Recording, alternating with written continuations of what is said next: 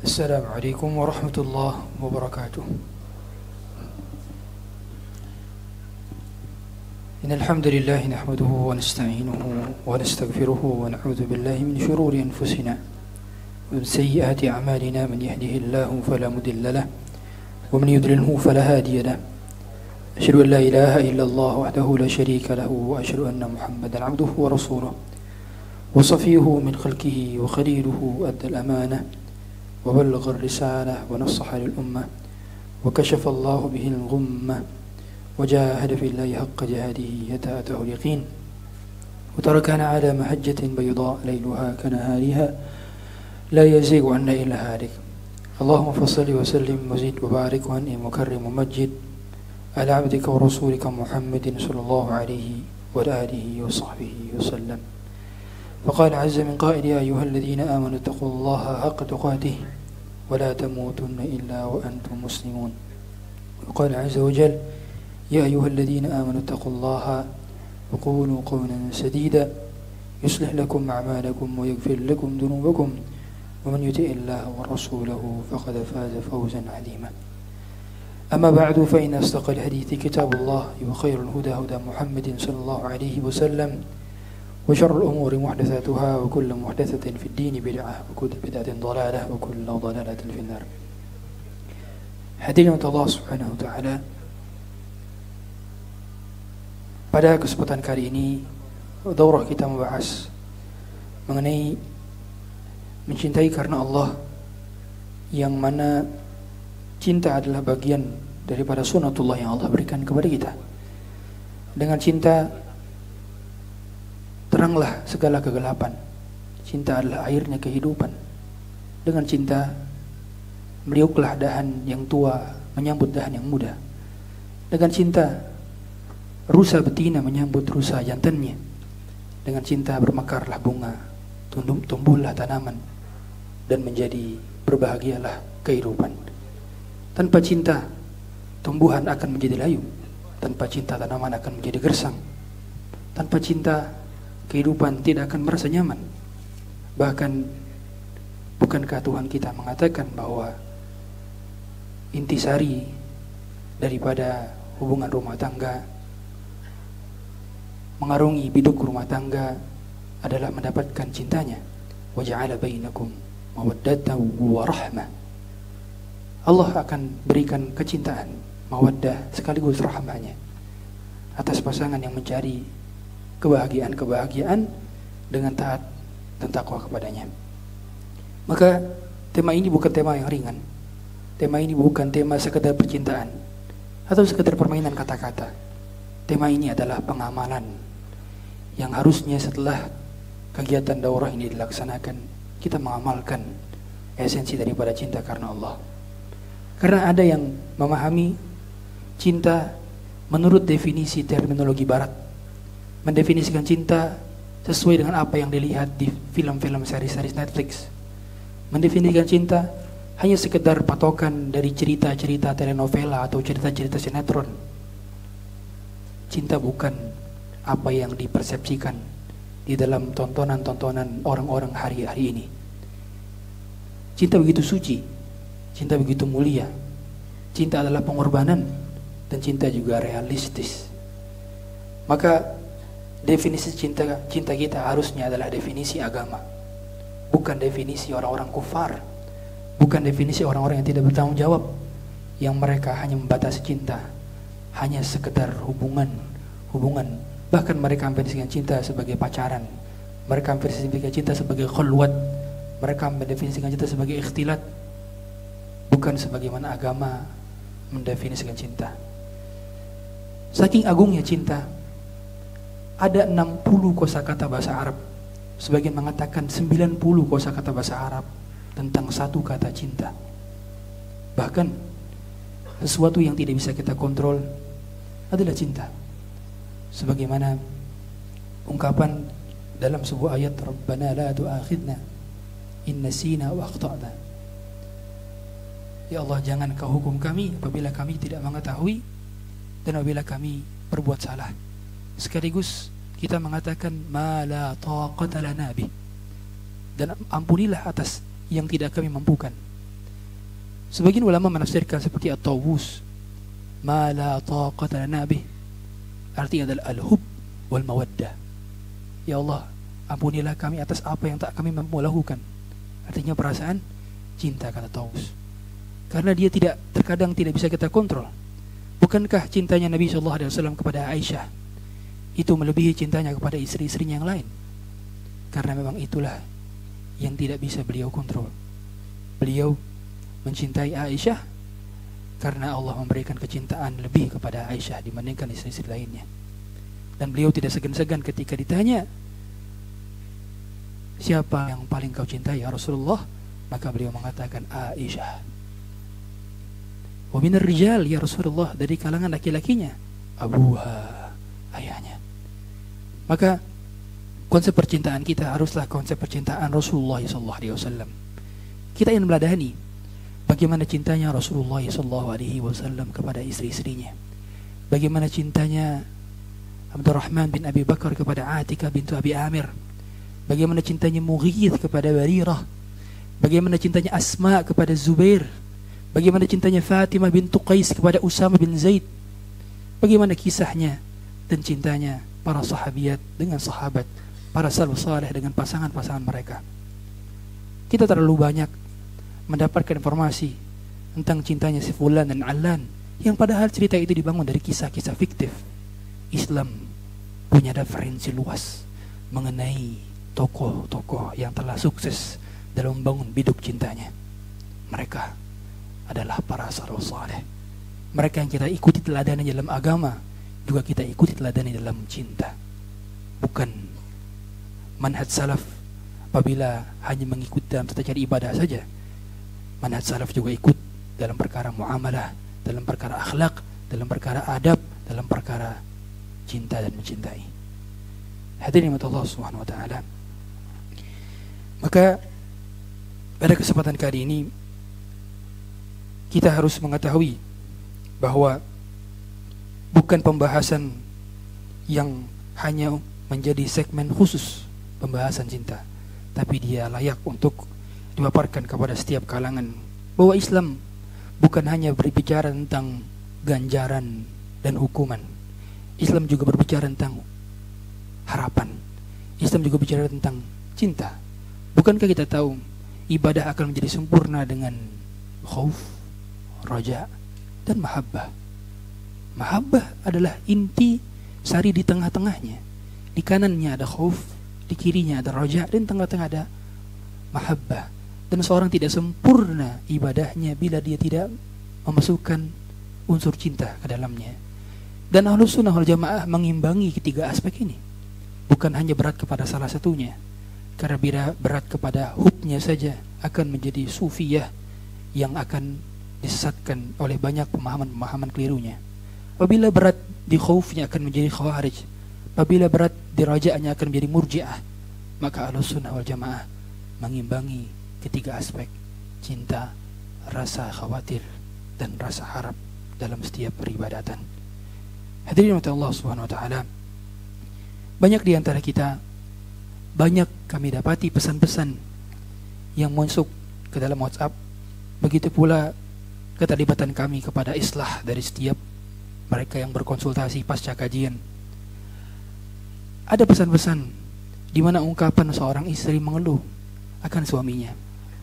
Di antara mereka ada yang mengatakan, menceritakan, Ustaz, sudah 10 tahun kami menikah, tapi belum pernah kami mendengarkan satu kata cinta yang keluar lisannya.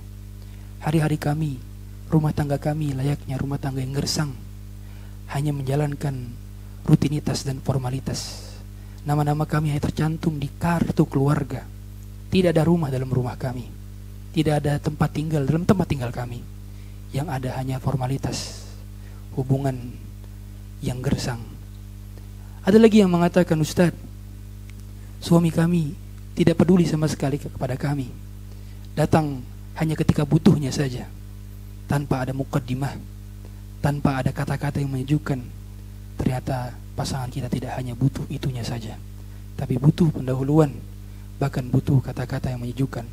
Bukankah Nabi SAW memanggil Aisyah dengan Ya Aish? Bukankah Nabi SAW memanggil Aisyah dengan ya Humaira, wahai wanita yang pipinya kemerah-merahan, dan wanita mungil yang pipinya kemerah-merahan. Humaira litasghir, dengan wazan tasghir. Bukankah Nabi SAW mengenang kebaikan-kebaikan Khadijah radhiyallahu ta'ala anha? Bukankah Nabi SAW mengabadikan romantisme jenayah Safiyah, menyeka air mata Safiyah, bahkan menjadikan kakinya sebagai pangkuan Safiyah tatkala menaiki untanya? Hadirin Allah Subhanahu wa taala, maka banyak di antara kita yang lupa setelah mengaji bagaimana merawat cinta, bagaimana menumbuhkan cinta, menyiramnya, memberi pupuknya, merawatnya dengan pagar agar dia tumbuh dan berkembang, bersemi dan bisa dipetik buahnya, harum aroma semerbaknya, dan kita bisa menyaksikan itu bila kita mengetahui ilmunya. Hadirin Allah Subhanahu wa taala, ada juga dari kalangan suami yang menceritakan kepada kami, Ustaz, istri kami tidak sama sekali memperhatikan penampilannya. Justru ketika dekat dengan kami, dia tidak menjaga aroma tubuhnya. Dia pakai parfum justru ketika keluar rumah, menjadikan penampilannya dinikmati oleh jutaan laki-laki di luar rumahnya, sedangkan suaminya tidak melihat kecantikan dan aroma semerbak dari tubuhnya. Keliru. Ada lagi yang mengatakan, Ustaz, istri kami tidaklah pandai dalam mengurus kami. Di dalam rumah kami seadanya menyediakan segalanya sendiri. Tidak ada hal yang disiapkannya. Semua pekerjaan dilakukan masing-masing, seolah-olah kami hanya berstatus suami istri dalam status pernikahan, tapi tidak suami istri dalam hakikat pernikahan. Maka dari banyak curhatan yang masuk ke dalam kami memutuskan suatu kesimpulan bahwa sebetulnya di antara kita tidak menganggap hubungan pernikahan sebagai hubungan yang serius. Hubungan keluarga bukan hubungan yang serius. Padahal ia adalah hubungan yang targetnya, destinasinya, tujuannya, tempat terakhirnya, pelabuhannya adalah surga Allah. Dan surga Allah kita mendapatkan ketenangan. Dari surga Allah lah kita mendapatkan bincang-bincang. Dari surga Allah lah kita mendapatkan saling bersapa dan bertegur. Bukankah Allah menciptakan pasar di hari Jumatnya untuk para penghuni surga agar mereka berjumpa dan mereka saling berpandang-pandangan? Alal araik yanzurun, mereka berpandang-pandangan dari atas dipan-dipannya. Bahkan mereka juga berbincang-bincang, saling berhadap-hadapan. Maka kita perlu menciptakan surga di dalam rumah tangga kita sebelum kita masuk surga di akhirat. Hadirin Allah Subhanahu wa taala, maka Al-Imam Ibnu Qayyim mendefinisikan cinta, ada yang bermanfaat, ada yang tidak bermanfaat. Yang bermanfaat ada 3, yang tidak bermanfaat ada 3. Yang bermanfaat ada yang pertama adalah cinta kepada Allah.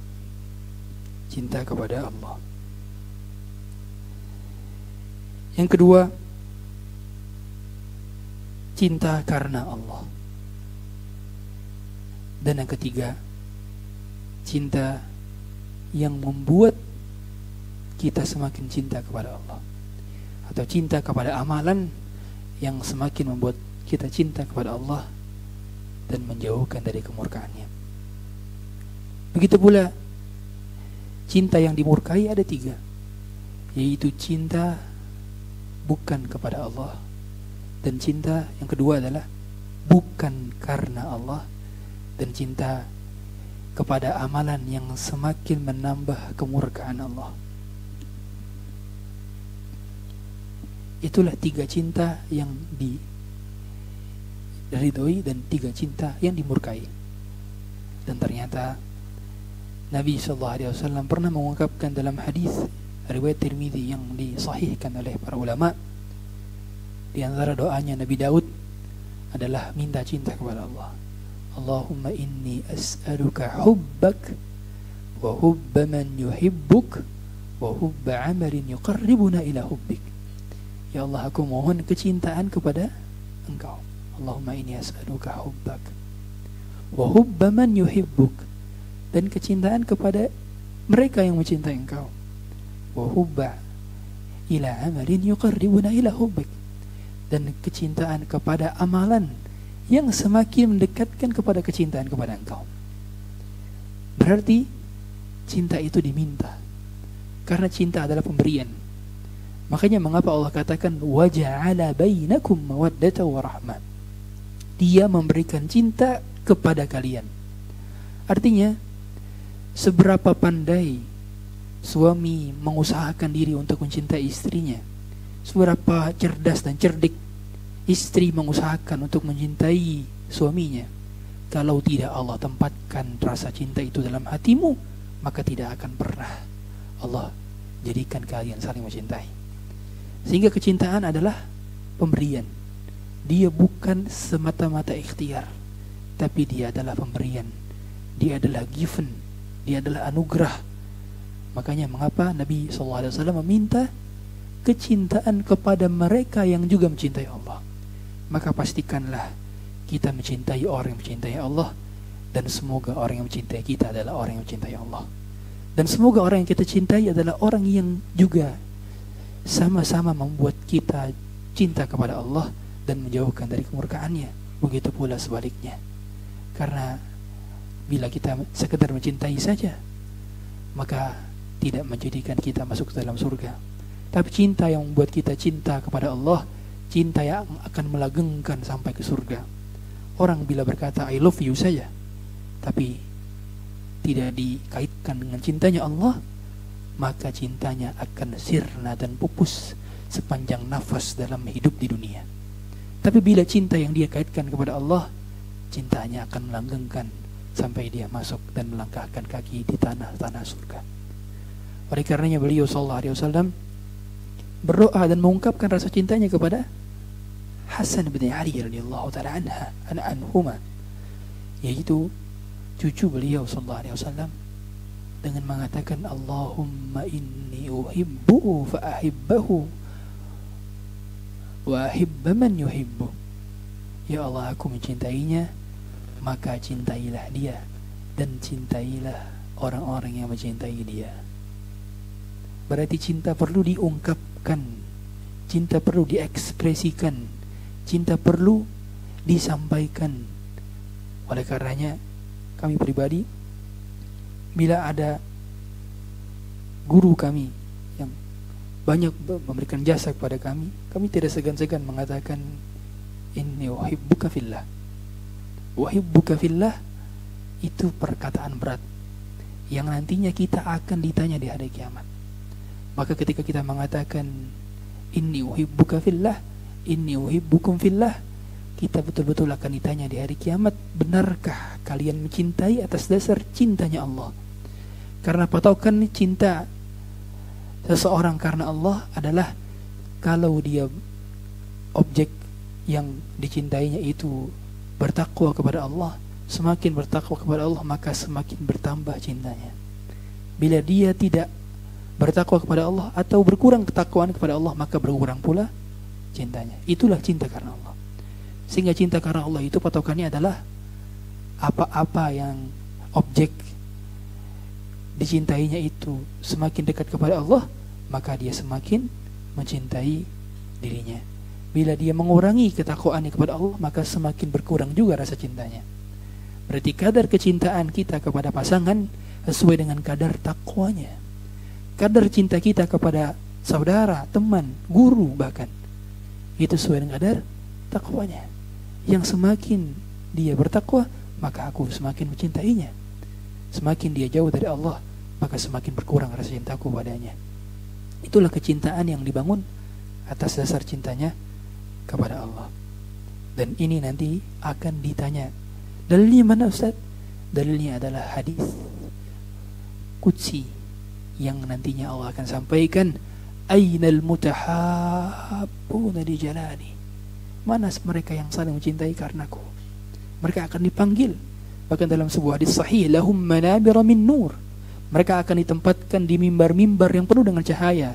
Yaghbituhumun nabiyyuna wasiddiquna wasyuhada. Bahkan para nabi, para siddiqin, para syuhada, yaghbituhum, mereka iri dan cemburu karena ada orang-orang yang mencintai karena Allah, saling mencintai karena Allah, dan melanggengkan kecintaan mereka di jalan Allah, sehingga mereka ditempatkan di mimbar-mimbar penuh cahaya. Lahum manabira min nur. Ditanya, ainal mutahabbun li jalali. Dan bukankah orang yang mendapatkan naungan Allah ketika tidak ada naungan kecuali naungannya?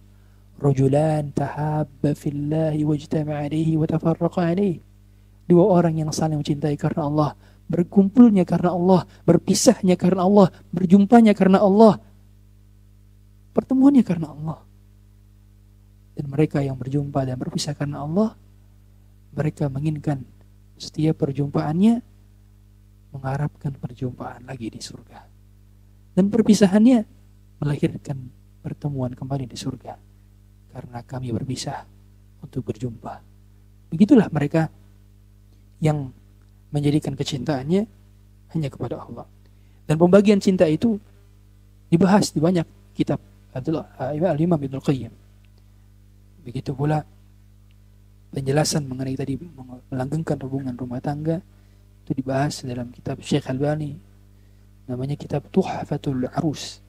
Itu banyak membahas tentang bagaimana melanggengkan hubungan rumah tangga sehingga mendapatkan keharmonisan, kebahagiaan, senyuman, saling memandang, dan dia akan menjadikan pasangannya jauh lebih indah dibandingkan kenikmatan-kenikmatan lainnya.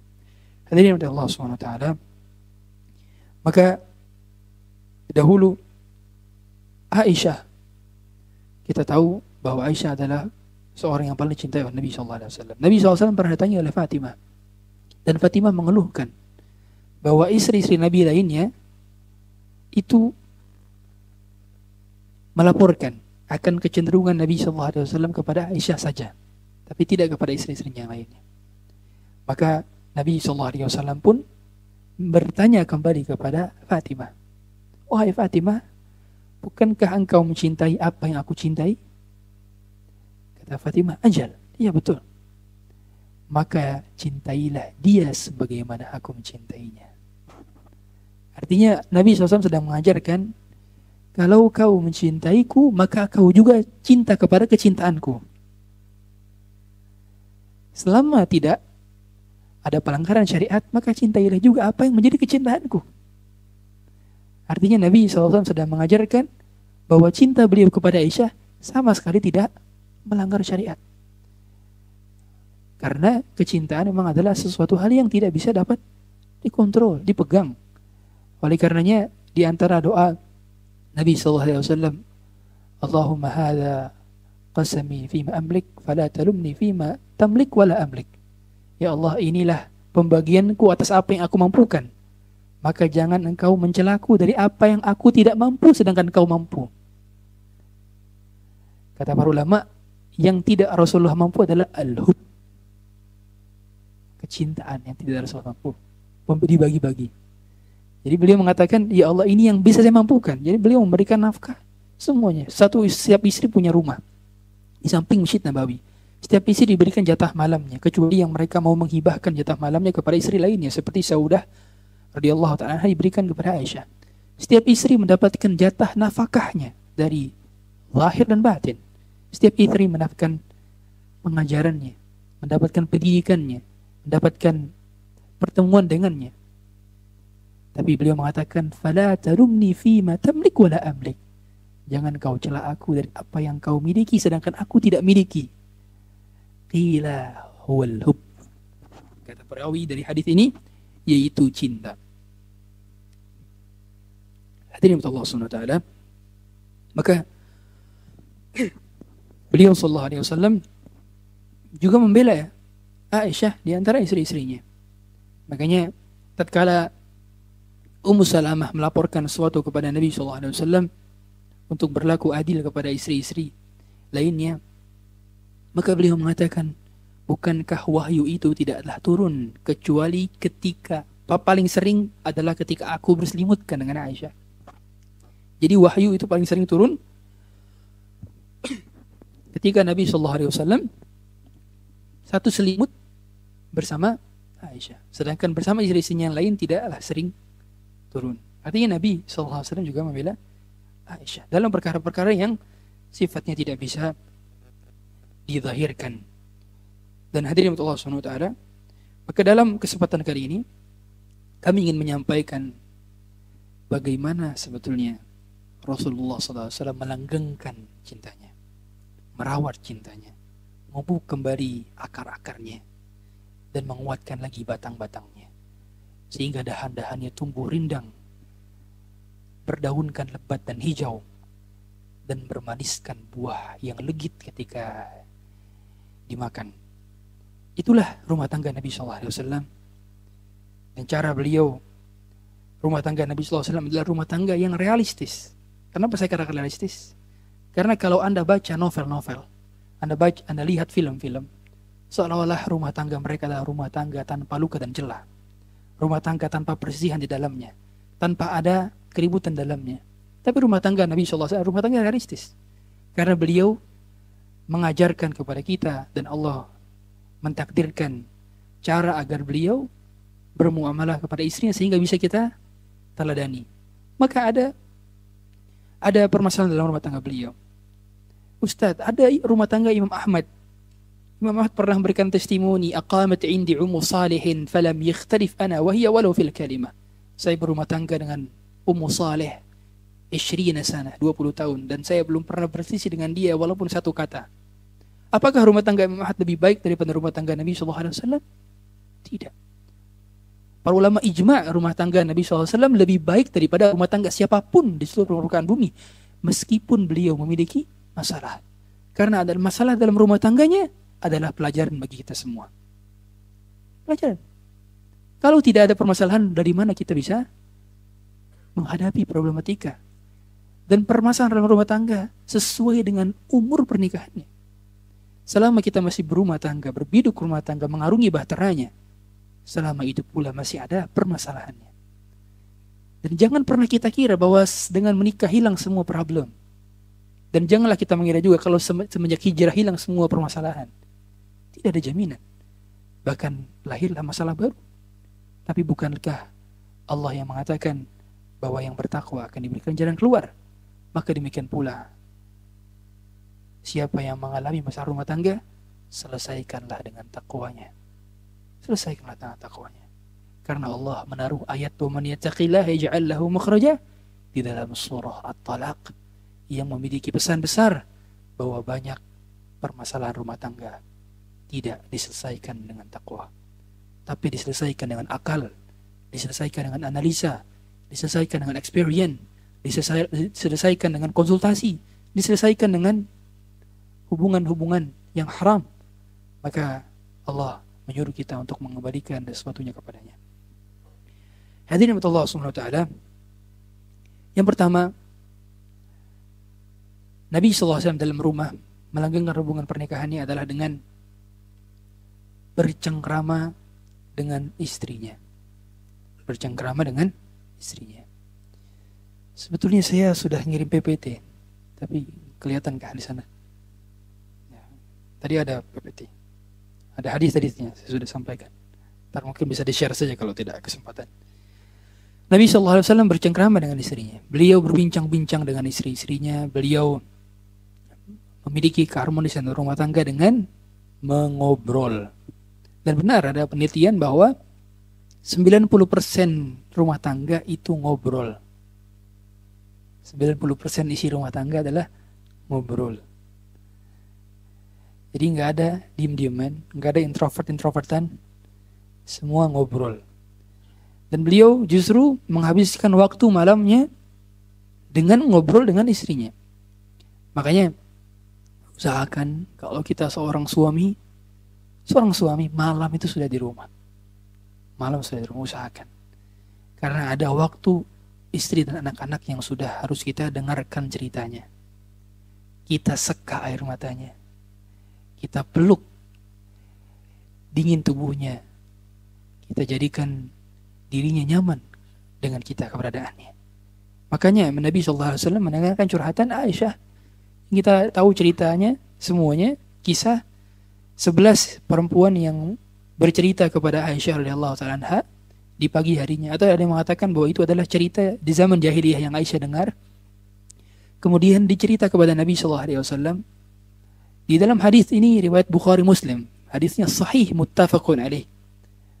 Aisyah menceritakan tentang 11 istri yang cerita kepada beliau. Dari istri 1 sampai istri ke-11, bagaimana watak-wataknya, karakternya. Ada suami yang pelit, ada suami yang tidak perhatian, ada suami yang perhatian, macam-macam karakternya. Tapi tibalah pada kisah yang ke-11, kisahnya Abu Zar' kepada Ummu Zar'. Dan Ummu Zar' menceritakan kepada Aisyah bahwa dirinya dulunya adalah seseorang yang memiliki keledai saja. Sekarang sudah punya unta. Artinya naik. Ya, kalau kemarin dia punya Honda Brio, sekarang sudah punya Alphard mungkin. Kemudian dia menceritakan bahwa makanannya dulu makanan yang sederhana, kemudian sekarang makanan naik level. Ya, mungkin kalau kemarin makanannya nasi tempe orek, sedangkan sekarang makan sushi. Ya. Mungkin dia mengatakan juga bahwa sangat perhatian sekali. Begitu pula anak-anaknya Abu Zar'.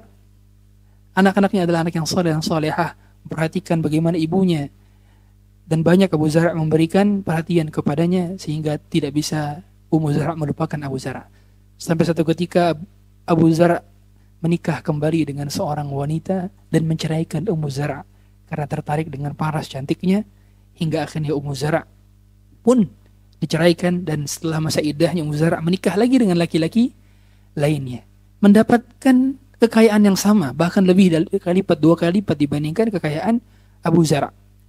Tetapi dia tidak mendapati keharmonisan. Dia tidak mendapati perhatian yang didapatkan dari suami yang pertama. Dia tidak mendapatkan kasih sayang dan kecintaan seperti suami yang pertama. Maka Nabi pun setelah mendengarkan sampai habis, qala Rasulullah sallallahu alaihi wasallam, ya Aisyah. Nabi mengatakan, wahai Aisyah, kuntu laki ka Abi Zar'in li Ummi Zar'in. Aku dengan engkau layaknya Abu Zar' kepada Ummu Zar'.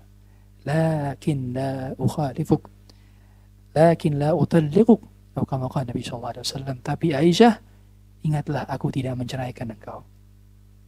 Nabi mengatakan demikian. Bahkan kata Aisyah, la ya Rasulullah, bal anta khairun min Abi Zar'. Tidak ya Rasulullah, tapi engkau lebih baik daripada Abu Zar'.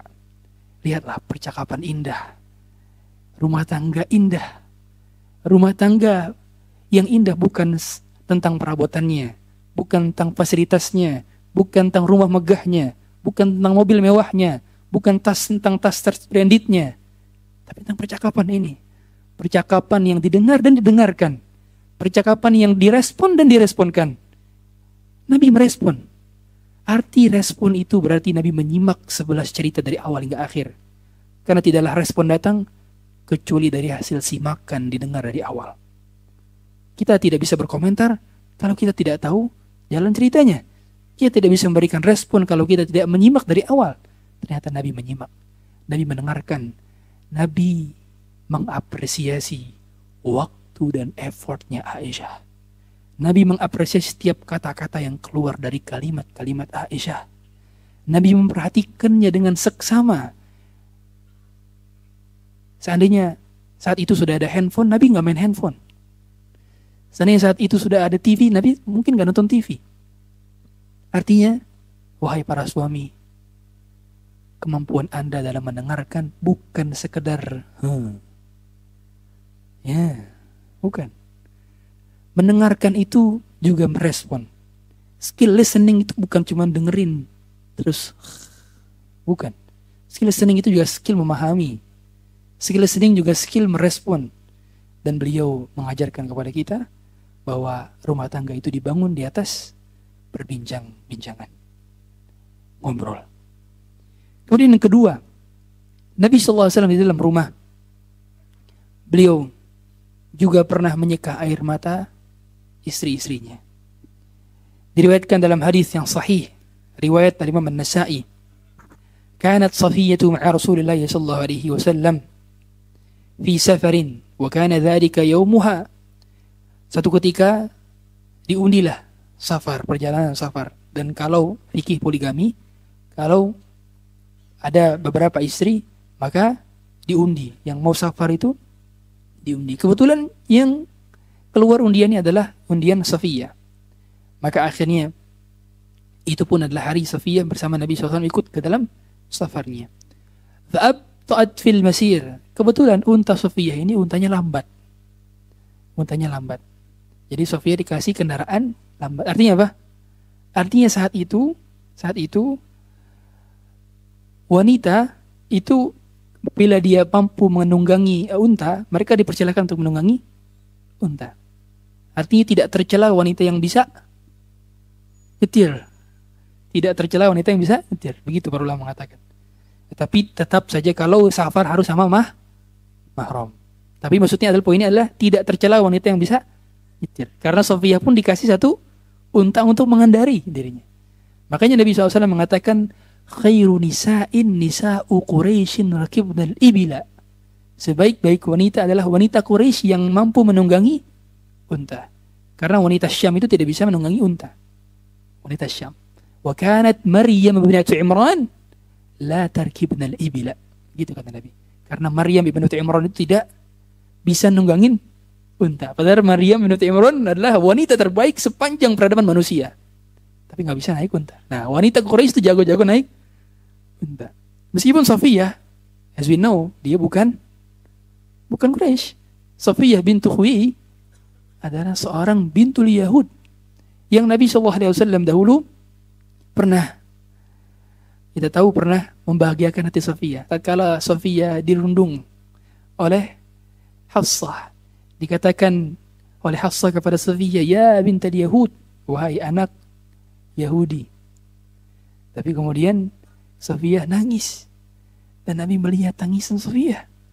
Akhirnya Nabi pun membahagiakan Safiyah dengan mengatakan, inna abik la nabi wa innaki la tahta nabiyyun wa inna ammaki nabiyyun.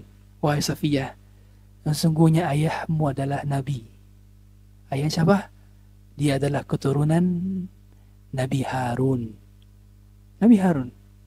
Wa inna ammaki la nabiyyun. Dan kau juga pamannya adalah nabi. Pamannya Safiyah berarti siapa? Nabi Musa. Wa innaki la tahta nabiyyin. Dan engkau adalah istrinya Nabi. Subhanallah. Gimana gak bangga? Habis dirundung oleh Hafsah, ternyata ditinggikan lagi oleh Nabi SAW. Dengan mengatakan, wahai Safiyah, kamu ayahnya Nabi, kamu pamannya Nabi, dan kamu adalah istri Nabi. Tapi ma tafkhur ya Safiyah. Kalau gitu apa yang tidak lagi membuat kau bangga, wahai Safiyah? Macam mana dia tidak berbunga-bunga dengan kata-kata Nabi SAW. Hadirin Allah SWT. Maka satu ketika Safiyah itu berperjalanan dengan unta yang lambat. Fa'abta'at fil masir. Untanya lambat jalannya. Fastaqbalaha Rasulullah SAW wa hiya tabki. Kemudian Nabi nunggu ku Safiyah lama. Hari tunggulah. Maka berjumpalah dengan Nabi SAW. Wahiyya tabki, dan Safiyah pun menangis. Wa taqul hamaltani ala ba'irin bati ya Rasulullah, kamu memberikanku, menunggangiku di atas unta yang lambat. Faja'ala Rasulullah sallallahu alaihi wasallam yamsahu biyadayhi ainaiha, dan Rasulullah menjadikan tangan yang lembutnya menjadi penyeka bagi air mata Safiyah. Dan Safiyah semakin bertambah nangis. Demikianlah perempuan, kalau lagi nangis, diseka air matanya makin nangis. Kalau istri lagi nangis, kita peluk semakin nangis. Semakin nangis gak? Semakin nangis. Ini apa? Emang demikianlah. Bukankah Allah ciptakan ada kelenjar air mata dalam kepala kita? Salah satu kelenjar yang ada di tubuh kita adalah kelenjar air mata. Kelenjar air mata. Makanya memang Allah ciptakan air mata untuk diekspresikan tangisannya. Dan hadirin Allah SWT, dari situ dipahami bahwa tugas suami adalah menampung air mata istrinya. Mendengarkan cerita istrinya tadi yang pertama. Yang kedua adalah menampung air mata istrinya. Setelah kemudian menyekanya. Karena memang Sama seperti anak-anak juga, sebelum anak-anak itu ketika dia menangis, jangan langsung kita diam, berhenti nangis. Ya. Kita validasi dulu emosinya, kan gitu. Validasi dulu emosinya, kemudian ditenangkan, barulah kita sampaikan kepadanya yang menjadi nasihatnya. Karena ada di antara kita yang cepat gitu aja nangis. Akhirnya anak-anak dan pasangan kita tidak bisa mengekspresikan emosinya, atau salah dalam mengekspresikan emosinya, atau salah tempat dalam mengekspresikan emosinya. Dan terlihat anak-anak yang berkonhom itu sebetulnya bukan semata-mata karena orang tuanya cerai, tapi juga termasuk karena orang tuanya tidak bisa menampung emosi anak, tidak bisa menampung tangisan anak, tidak bisa menjadi tempat curhatnya, tidak bisa tempat bermainnya. Makanya mengapa ketika pasangan kita menangis, ketika anak-anak kita menangis, maka validasi dulu emosinya untuk kemudian kita berikan ketenangan dan nasihat kepadanya. Kemudian yang ketiga, Nabi SAW bersandar di dadanya atau di pahanya Aisyah, atau di pangkuannya Aisyah lebih tepatnya. Nabi SAW bersandar di pangkuan Aisyah. Diriwayatkan dari Ibnu Majah dalam hadis sahihnya, qad kana Rasulullah sallallahu alaihi wasallam, kata Aisyah, yad'u ra'sahu fi hijri wa ana haidun. Satu ketika beliau meletakkan kepala beliau di pangkuanku sedangkan saya sedang haid. Wa huwa yaqra'ul Qur'an, dan beliau sedang membaca Quran. Dari sini dipahami bahwa wanita haid itu tidaklah najis selama dia sudah menggunakan pembalutnya. Sebagaimana orang-orang Yahudi, mereka meninggalkan wanita-wanita yang sedang haid di luar-luar rumah, sehingga mereka tidak membiarkan masuk ke dalam rumah. Atau wanita-wanita Nasrani yang bahkan tetap berhubungan suami istri ketika haid. Tapi Islam berada di pertengahan. Islam tidak menjauhkan wanita haid, tidak pula bergaul dengan istri yang sedang haid. Dan Nabi SAW dari sini dipahami bahwa apa? Ini momen kebersamaan, di mana kebersamaannya, sentuhan kulit dengan kulit lainnya, itu tatkala sedang melakukan ketaatan. Bayangkan, Nabi lagi murojaah, ibaratnya lagi murojaah baca Quran, meskipun Nabi tidak membaca dengan mushaf, karena beliau ummi. Berarti beliau sedang apa? Murojaah lil ghaib. Berarti nggak pakai mushaf, karena beliau ummi, tidak bisa baca, tidak bisa menulis. Berarti beliau sedang baca Quran, lagi murojaah Quran, bersandar di pangkuan Aisyah. Wa huwa yaqra'ul Quran wa ana haidun. Dan dari sini dipahami bahwa Nabi SAW memperdengarkan kepada Aisyah. Ketika Aisyah mendengarkan bacaan Quran, Aisyah nggak baca Quran juga. Kenapa? Karena tahu mendengarkan Quran juga termasuk ibadah. Jadi orang yang lagi baca Quran, kita sengaja dengerin, nyimak, itu juga ibadah juga. Maka ketika kita dengarkan Quran, usahakan jangan sambil main handphone kalau lagi mampu mendengarkan secara simak. Karena Allah Ta'ala mengatakan, wa idza quri'a al-Qur'anu fastami'u lahu wa ansitu.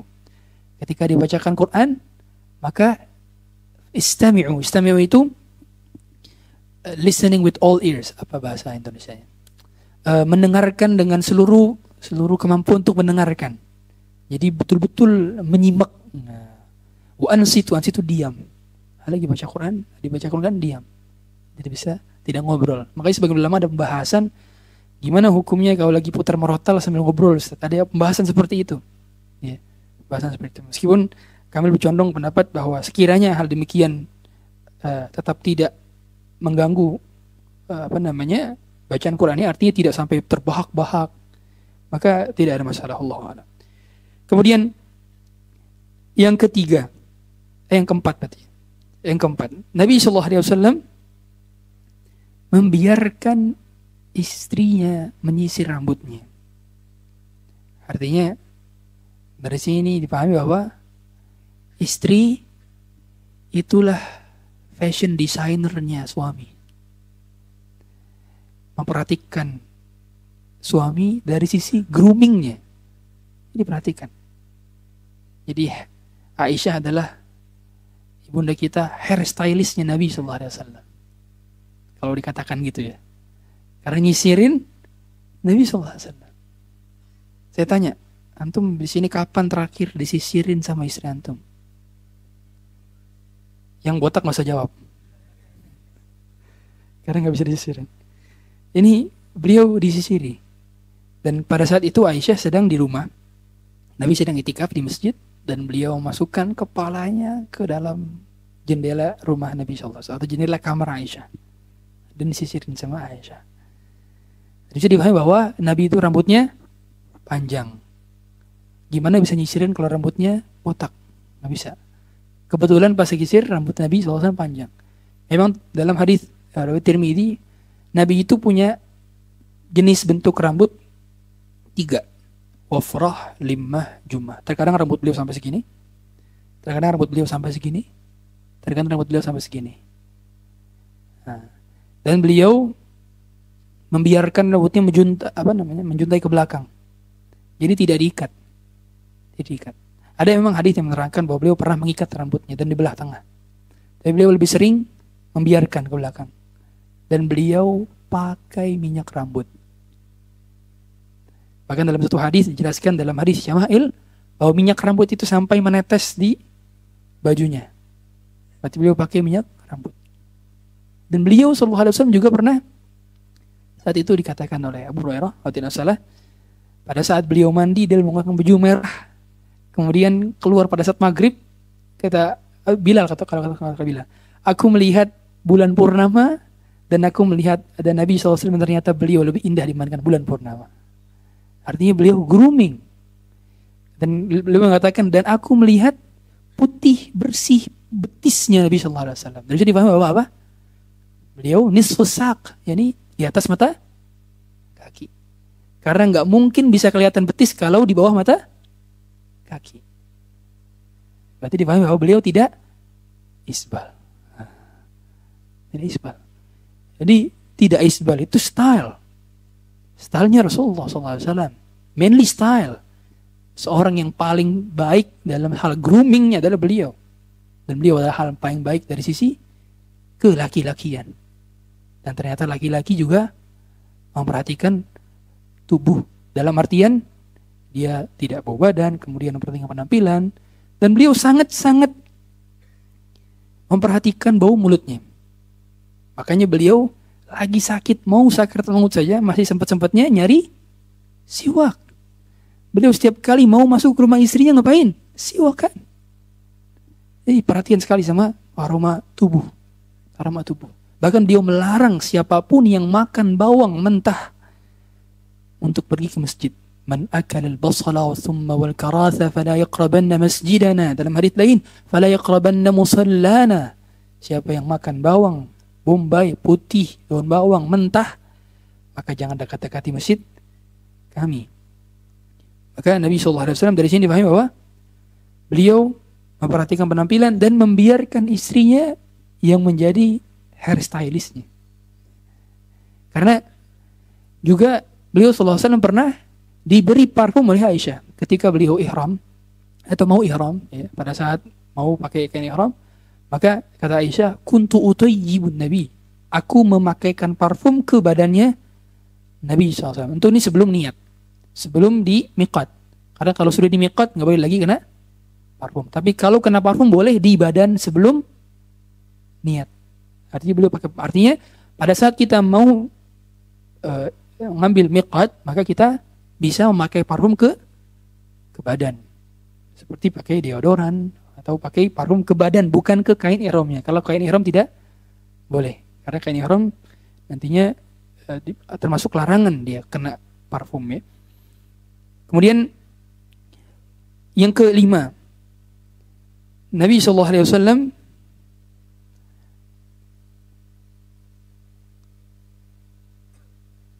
senang memberikan hadiah kepada kerabat-kerabatnya istrinya. Kepada kerabat-kerabat istri. Artinya di antara cinta kita kepada pasangan adalah mencintai keluarga pasangan. Di antara berbuatan baik kita kepada pasangan adalah berbuat baik kepada keluarga pasangan. Iya betul, memang mertua bukan tanggung jawab nafkah. Ayah ibu mertua bukan tanggung jawab nafkah. Bahkan ipar juga bukan tanggung jawab nafkah. Tapi terkadang mereka butuh bantuan. Dan sekiranya kita telah tercover kebutuhan kita, nafkah kita, maka tidak ada salahnya membantu keluarga pasangan. Dan itu termasuk kebaikan. Sebagaimana Nabi SAW, kata Aisyah, karena Nabi SAW, "Idza dhabaha syah, yaqul, arsilu biha ila asdiqai Khadijah." Kalau beliau menyembelih kambing, maka beliau menyuruh Aisyah mengatakan, kirimlah ini ke kerabat-kerabat dan keluarga-keluarganya Khadijah. Ya, di situ dipahami bahwa beliau ingat dengan salah seorang istrinya, yaitu Khadijah yang lama meninggal, dan beliau berbuat baik kepada Khadijah dengan cara berbuat baik kepada kerabat dan keluarganya Khadijah. Asdiqu biha ila asdiqai Khadijah. Makanya pernah ada satu ketika kita tahu adik atau kakaknya Khadijah, saudari Khadijah, yang pernah mengunjungi rumahnya Aisyah, dan Nabi SAW mendengarkan suaranya mirip sekali dengan suara Khadijah. Maka teringat memori-memori kembali kepada masa lampau, bahwa beliau pernah bersama Khadijah, bahwa beliau pernah ditolong oleh Khadijah, bahwa beliau pernah di-cover kebutuhannya oleh Khadijah, bahwa beliau pernah dilindungi dengan harta-hartanya Khadijah. Sulit dilupakan. Demikianlah memang cinta pertama itu sulit dilupakan. Makanya ada ungkapan syair, naqil fuadaka haythu syi'ta minal hawa famal hubbu idza lil habibil awwali. Pindahkan saja hatimu kepada siapa saja engkau kehendaki. Ketahuilah cinta itu adalah cinta yang pertama. Wa kam min fata, betapa banyak para pemuda singgah di suatu tempat, wahaninuhu abadan li awwali manzili, tetap saja tempat pulangnya adalah ke rumah yang pertama. Itu ungkapan menunjukkan bahwa Nabi SAW sulit melupakan Khadijah.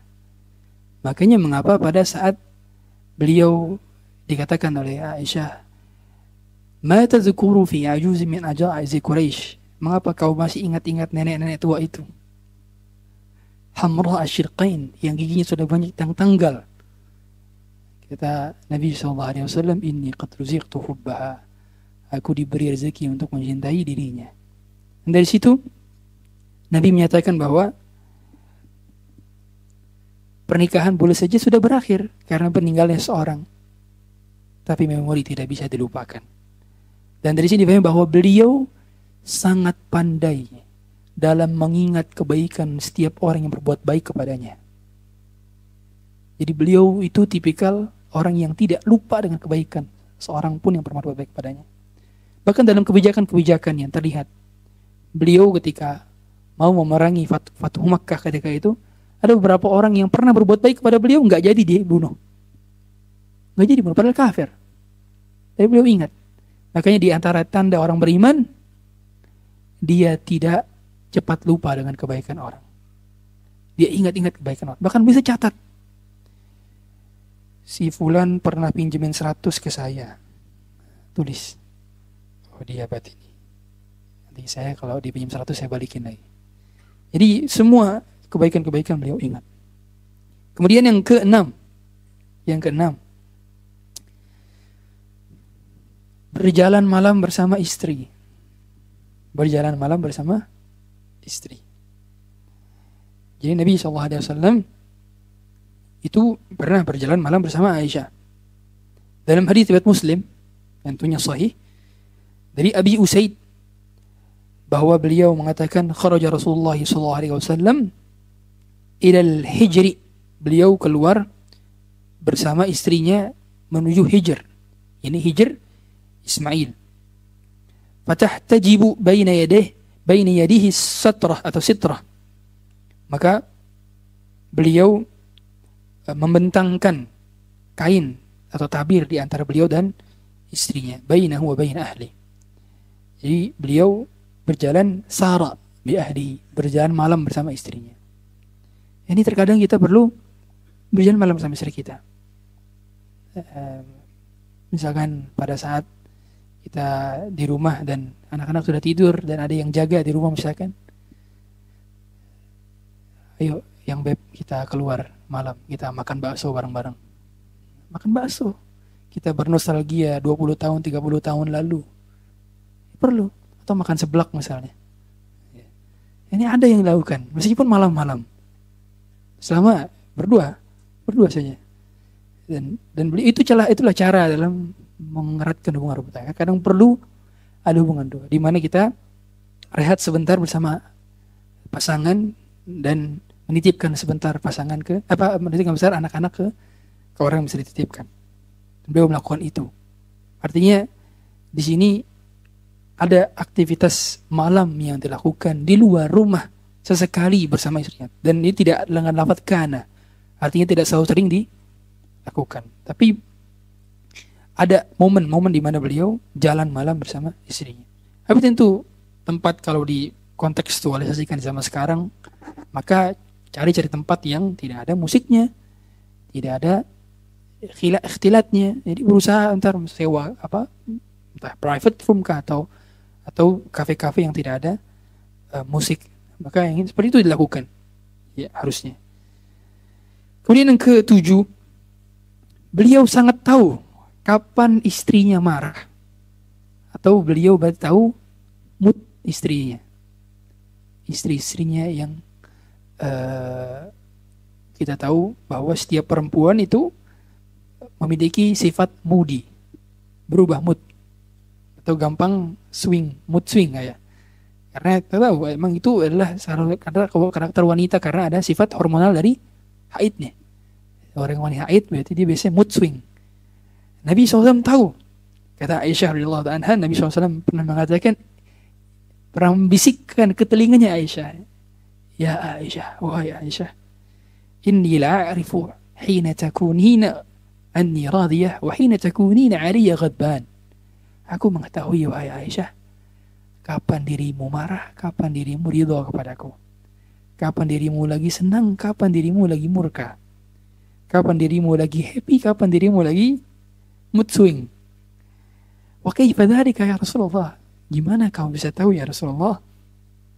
Amma idza kunti anni radiyah fa innaki taqulina la wa rabbi Muhammad. Ketika kau ridha kepadaku, maka kau akan mengatakan la, demi Tuhannya Muhammad. Wa idza kunti 'alayya ghadba, lalu engkau sedang murka kepadaku, fa innaki taqulina wa rabbi Ibrahim, la wa rabbi Ibrahim. Tidaklah demi Tuhannya Ibrahim. Kata Aisyah, benar ya Rasulullah, aku tidak dapat membencimu, aku hanya dapat mengganti namamu.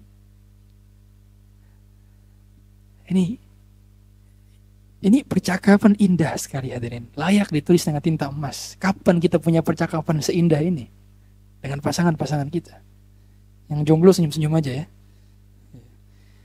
Karena percakapan ditulis dan dipelajari di kitab-kitab hadis. Kita belajar sekarang percakapan ini, itu pelajaran besarnya adalah beliau sangat memahami karakter pasangan. Dan demikian, ta'aruf itu, saya ulangi berkali-kali, ta'aruf itu bukan pasca menikah. Ta'aruf hakikatnya adalah day one since you married. Hari pertama ketika kau mengatakan qabiltu nikahaha wa tazwijaha bimahrin madhkur, di hari itulah kau mulai mengenalnya. Kau mengenal karakternya, kau mengenal nada bicaranya, kau mengenal ketika dia marah, mengenal ketika dia ridha, mengenal ketika ada masalah, mengenal ketika tidak ada masalah. Mengenal di detik pertama. Dan semakin hari kita semakin mengenal pasangan. Bahkan pernikahan yang sudah beranjak 25 tahun, 35 tahun, pada akhirnya dia masih harus tetap mengenal pasangannya. Dan beliau SAW telah mengenal Aisyah dengan begitu baiknya. Makanya Aisyah pun senang ketika bersama Nabi SAW. Dan Aisyah tidak bisa membenci Nabi. Apa alasan kita membenci? orang yang banyak berjasa untuk kita. Dan apa alasan juga kita, wahai laki-laki, membenci istri? Ingatlah sabda Nabi SAW, la yafraku mu'minun mu'minah. Seorang mukmin itu tidak membenci mukminah. Seorang suami itu tidak membenci istrinya. In kariha minha khuluqan radhiya minha akhar. Kalau dia ridha terhadap satu sikap, maka kalau dia benci kepada satu sikap, maka dia memiliki sikap-sikap lain yang bisa diridhoi. Kalau dia benci satu sikapnya, attitude-nya, satu hal, maka kebaikannya masih lebih banyak dibandingkan keburukannya. Mengapa kamu membencinya? Padahal dialah yang mengurusimu, mencuci pakaianmu. Dialah yang telah mencucikan piring-piringmu, bahkan membesarkan dan memberi makan anak-anakmu. Lalu bila dia berbuat salah, pantaskah kau membencinya, menghardiknya? Dia telah meninggalkan ayah dan ibunya, meninggalkan kakak dan adiknya, meninggalkan nenek dan kakeknya untuk berkhidmat kepadamu, yang ketaatannya kepadamu melebihi ketaatan kepada mereka. Dia telah meninggalkan masa kecilnya, meninggalkan harapannya untuk melanjut pendidikan, untuk berkhidmat kepadamu, untuk mengejar karir yang sebenarnya dia ingin capai, tapi dia alihkan untuk berkhidmat kepadamu, karena dia sadar bahwa surganya ada di dalam dirimu. Wahai para istri, lalu apa alasan Anda untuk benci suami Anda? Sedangkan suami Anda telah dibesarkan oleh ayah ibunya, dididik dengan cerdas oleh ayah ibunya, sudah mapan dan berpenghasilan, tapi ternyata Anda adalah orang yang paling pertama diberikan jatah nafkah dari kantong gajinya. Anda adalah orang paling pertama yang dikhawatirkannya. Anda adalah orang paling pertama yang paling sering berbicara dengannya. Padahal orang tuanya yang membesarkannya. Apa alasan Anda membencinya? Kalau suami istri berpandangan demikian, dia tahu bahwa pasangannya adalah amanah. Sebagaimana Nabi SAW ketika khutbatul wada' disaksikan oleh 120.000 orang, yang mungkin di pandangan kita mungkin temanya ketika pembahasan di hadapan 120.000 orang tema tentang jihad, tema tentang peperangan, tema tentang akidah dan tauhid. Iya, beliau membahas itu, tapi tidak hanya itu yang beliau bahas. Beliau bahas fattaqullaha fin nisa, wahai para suami, bertakwalah kalian terhadap perempuan-perempuan, bertakwalah kepada Allah atas perempuan-perempuan. فَإِنَّكُمْ أَخَذْتُمُوهُنَّ بِأَمَانَةِ اللَّهِ, karena kalian mengambil mereka dari bapak ibunya dengan amanah-amanah Allah. وَاسْتَحْلَلْتُمْ فُرُوجَهُمْ بِكَلِمَةِ اللَّهِ, dan kalian menghalalkan kemaluan-kemaluan mereka dengan kalimat Allah. Maka tidak pantas kita berpenghadik kepada mereka. Kemudian yang ke-8, hadirin Allah SWT, yang ke-8, membantu pekerjaan pasangan, membantu pekerjaan istri. Nabi SAW senang membantu pekerjaan istri. Bahkan lafaznya, hadisnya adalah lafaz kana fi mihnati ahli. Jadi dari Aisyah lagi mengatakan radhiyallahu anha, kana Rasulullah SAW fi mihnati ahli. Beliau itu senang membantu pekerjaan rumah tangga. Jadi nyapu ngepelnya suami, kemudian cuci piring, cuci bajunya suami, ganti diaper bahasanya, pampersnya suami, pampersnya anak, kemudian memandikan anak, yang melakukan pekerjaan rumah, sama sekali tidak menurunkan derajatmu, wahai suami. Itu justru menambah kecintaannya kepadamu. Ya, menambah kecintaannya kepadamu. Karena tahu bahwa engkau meringankan bebannya. Kau tahu bahwa untuk membangun hidup rumah tangga tidak sendirian. Pekerjaan domestik pun dibantu oleh suami. Makanya kalau bisa, istri itu ada satu hari dia seperti ratu kita. Nah, istriku, hari ini kamu libur mengurus anak, hari ini kamu libur cuci piring, hari ini kamu libur cuci baju, semuanya aku akan cuci pakaian, cuci baju. Kamu tinggal bersih-bersih diri kamu sendiri pribadi. dia akan semakin cinta kepada kita. Jadi sejauh mana pasangan kita memberikan kasih sayangnya kepada kita, maka buatlah berkali-kali lipat mencintainya. Sejauh mana pasangan itu memberikan rasa hormat kepada kita, maka hormatilah semulia-mulianya. Maka wahai para istri, bila kalian menginginkan dijadikan ratu oleh suami-suami kalian, maka jadikanlah suami-suami kalian raja, sebagaimana kalian menginginkan menjadi ratu. Karena sebab banyak istri yang ingin dijadikan ratu tapi lupa merajakan suaminya. Harus diimbangi. Dan begitulah memuliakan ratu, merajakan raja, dengan cara berkhidmat satu dengan yang lainnya. Tidak ada sama sekali penurunan dari martabat harkat dari pasangan yang bantu pasangannya. Dan dari sini dipahami bahwa lanjutan hadisnya, kana yufli thawbahu wa yahlibu syatahu wa yakhdumu nafsah. Beliau senang menjahit pakaiannya sendiri. Beliau senang memerah susu kambing perahannya, dan beliau senang juga untuk self services. Artinya kalau lagi buat kopi, istri pengen kopi, istrinya lagi ganti popok anaknya, makanya bikin kopi sendiri. Kalau lagi masakan apa, mau cari anduk, istrinya lagi pakaiin baju anaknya, ambil anduk sendiri. Ini ada hal-hal yang mungkin kita masih bisa self services gitu ya. Kita masih bisa untuk melakukan kepada diri sendiri. Maka tangan-tangan kita itu nantinya akan dimuliakan oleh istri-istri kita. Dan demikian pula kita bisa semakin membuat dicintai olehnya ketika kita membantunya. Maka sekali-kali juga sebelum tidur pegang tangannya. Inilah tangan yang membesarkan anakku, tangan yang menyuapi anakku, tangan yang membuatkan kopi di pagi hari untukku, tangan yang menyiapkan pakaianku, tangan yang boleh jadi banyak lukanya disebabkan mencuci pakaian, tangan yang sering kali terluka juga boleh jadi, atau semakin kasar karena seringnya mencuci piring-piring yang ku makan. Terima kasihlah kepada pasangan. Begitu pula istri ketika melihat suami tidur, melihat bahwa tangannya adalah tangan yang seharian mencari nafkah untuk orang di rumah. Matanya adalah mata yang senantiasa menahan kantuk di luar rumah. Kakinya adalah kaki yang senantiasa melangkah untuk mencari rezeki Allah. Kalau setiap hari Anda bangun perasaan itu, terima kasih kepada pasangan, akan Anda dapati surga sebelum Anda masuk surga betulan. Kemudian hadirin Allah SWT, yang kesembilan adalah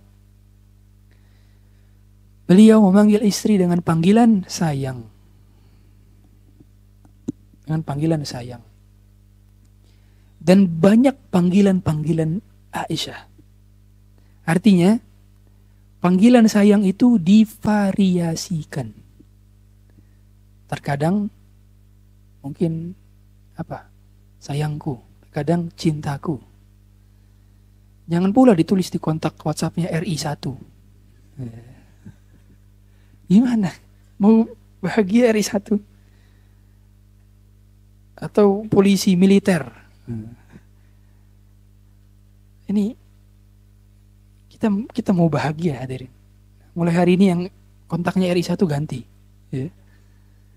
Ganti jadi RI2.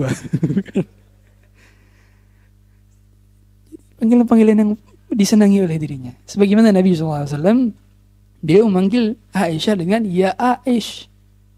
Aisyah, tapi dihilangkan tak marbutoh jadi ya Aish. Itu dalam bahasa Arab, suatu hal yang dihilangkan tak marbutohnya itu bermakna kecintaan, kesayangan, panggil kesayangan. Jadi artinya seolah adalah wahai Aisyah yang ku sayang, gitu. Itu artinya kurang lebih kalau ditranslasikan ke dalam bahasa Indonesia. Kemudian beliau pakai tasghir, ya Humaira, wahai si kecil yang pipinya kemerah-merahan. Jadi pandai menyematkan panggilan. Karena dalam bahasa Arab Suatu hal memiliki banyak nama itu menunjukkan bahwa bertambah kemuliaan atas suatu hal tersebut. Makanya Allah punya banyak nama. Nama Allah lebih daripada 99 bahkan. Begitu Nabi SAW punya banyak nama. Kota Madinah punya banyak nama. Tabah, Tayyibah, Mubarakah, Munawwarah, banyak nama-nama kota Madinah. Artinya harusnya gitu. Kita punya nama kepada pasangan itu banyak. Indah semua tapi ya. Nama indah semua. Dan yang disenangi oleh dirinya. Ya. Jangan sampai kita tidak memperhatikan ini. Makanya saya katakan tidak ada yang remeh dalam hubungan rumah tangga. Tidak ada yang remeh. Banyak orang yang Ustadz ya kita udah umur 30 tahun Ustadz nikah. 50 tahun masa masih pakai sayangku cinta aku nomor WhatsAppnya. Cukup mama. Udah itu aja Ustadz. Ada yang sudah pernikah 20 tahun, 30 tahun, panggilannya sama, Abi Umi. Abi Umi, emang aneh bapak ente. Ada yang sampai seperti itu. Ibu bukan kita melarang. Ya, emang ada pembahasan dalam fikih. Selama tidak kita meniatkan dia ada ibu kandung kita, maka tidak berhukum zihar. Tidak. Tapi ganti, coba ganti. Ganti. Abi Umi bosan. Ya. Ganti. Uma Aba sama juga.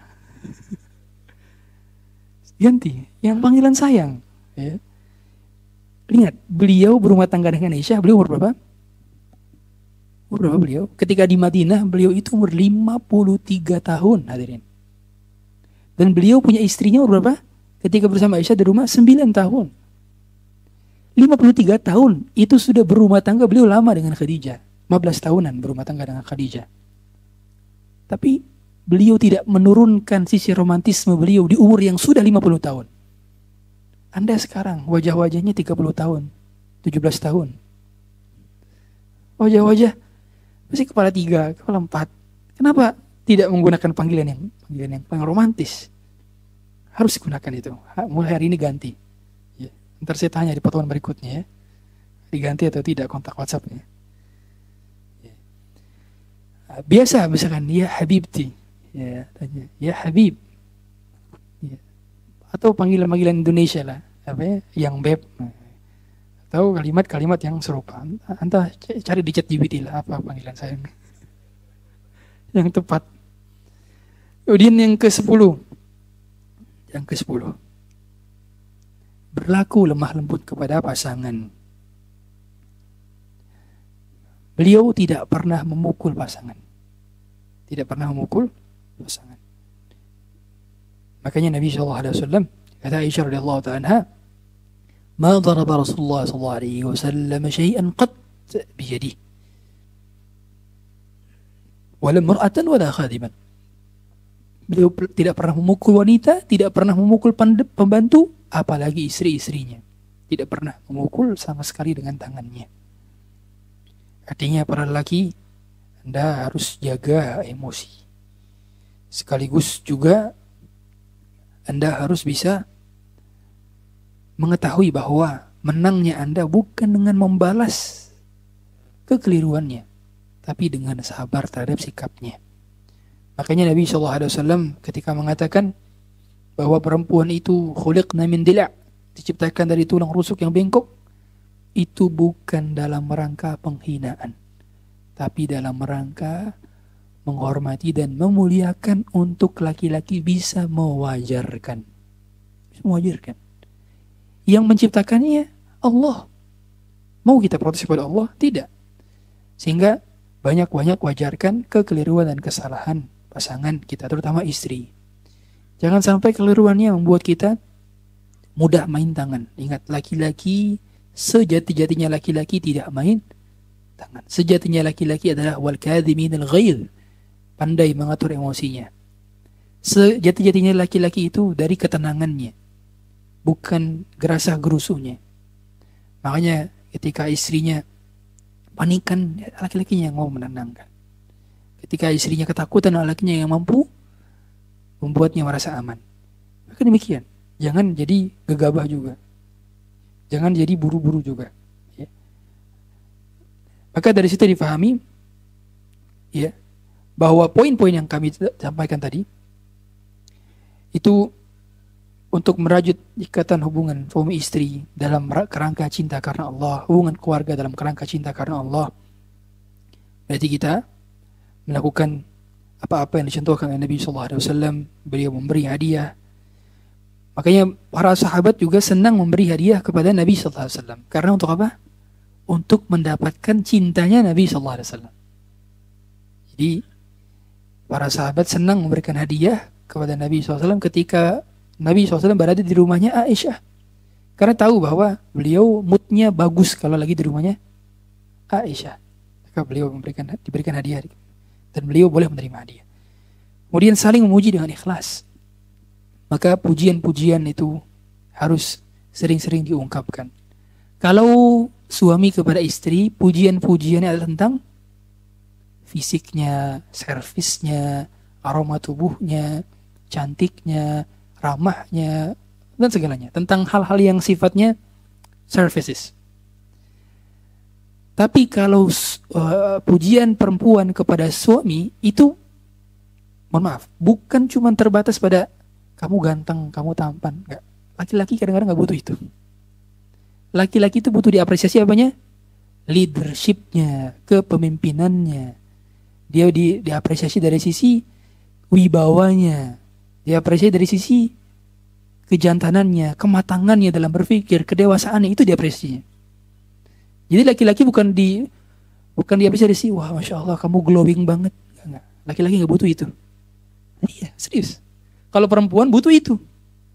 Perempuan butuh diapresiasi dari sisi fisik. Butuh. Makanya harus dipahami bahwa pujian itu harus memiliki hal-hal yang memang perlu diperhatikan. Gak boleh asal muji. Ya.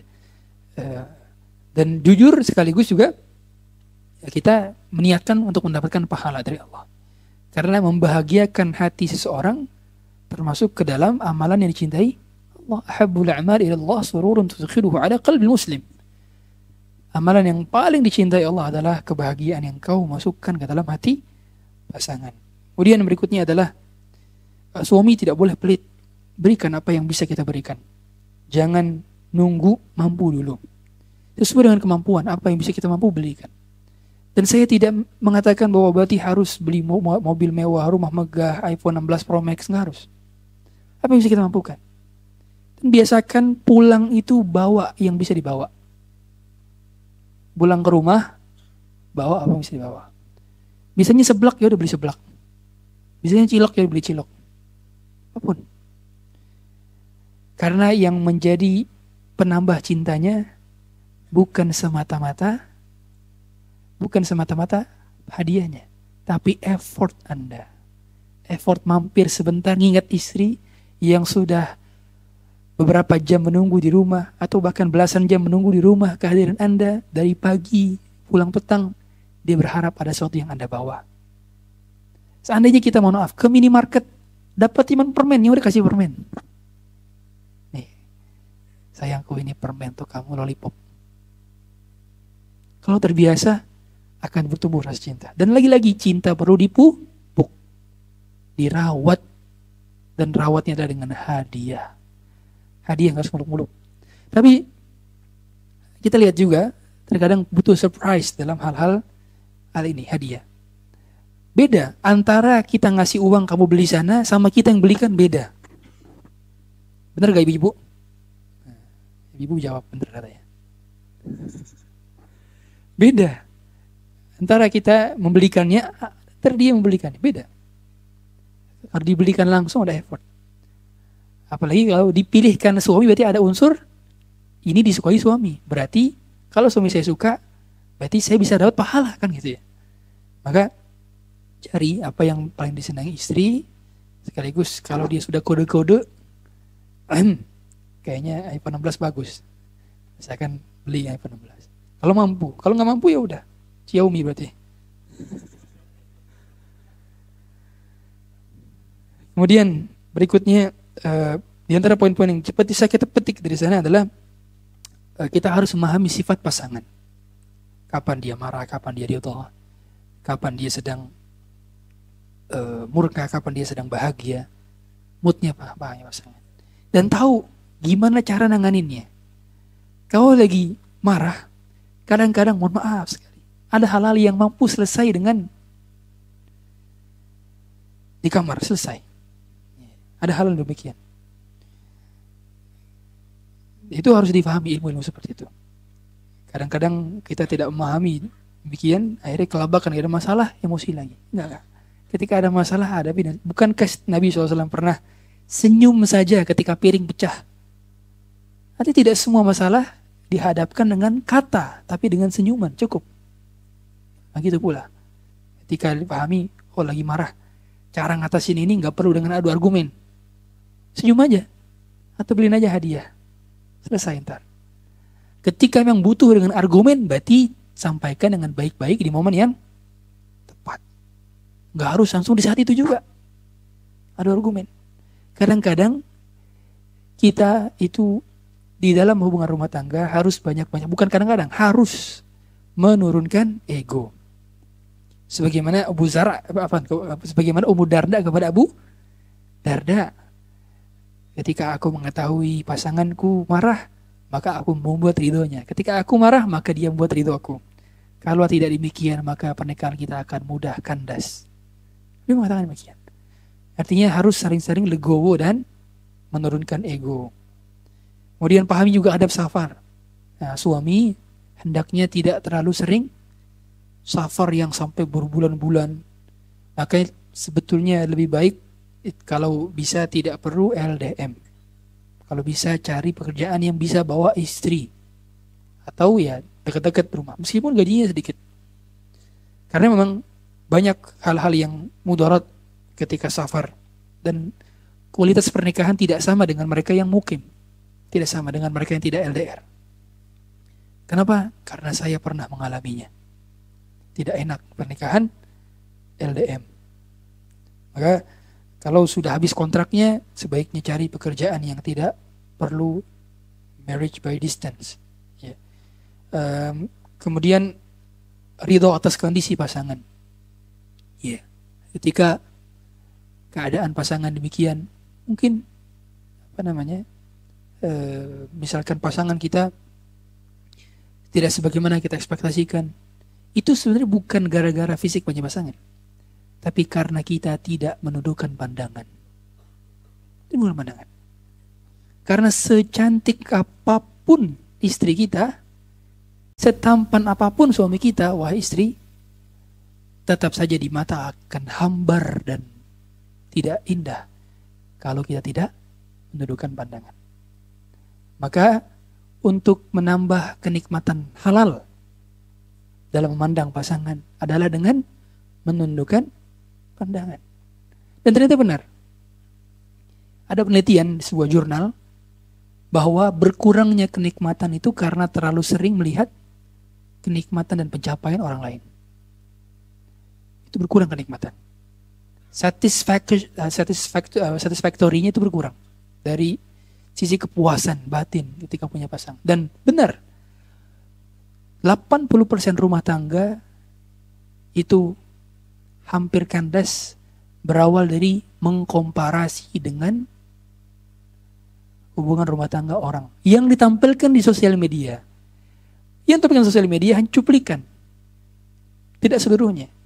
Maka tidak perlulah kita mengkomparasikan, dan tidak perlu juga kita terlalu oversharing tentang hubungan rumah tangga kita atau indahnya hubungan rumah tangga kita, harmonis rumah tangga kita di hadapan publik. Tidak perlu.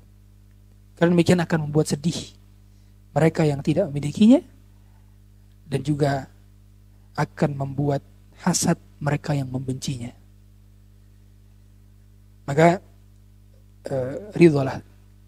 Begitu pula para pemuda yang sekiranya khawatir kan dirinya, Ustadz saya nggak percaya diri, mau ngelamar akhwat, tapi kayaknya akhwatnya cantik sekali, sedangkan saya seperti ini. Misalkan akhwatnya, mohon maaf, putih bersih, sedangkan dirinya agak gelap. Maka katakanlah kepada diri, bukankah indahnya malam itu sebab gara-gara siang? Maka Harusnya dia berbahagia karena malam dan siang menjadi sempurna karena berbeda. Tidak perlu kita insecure.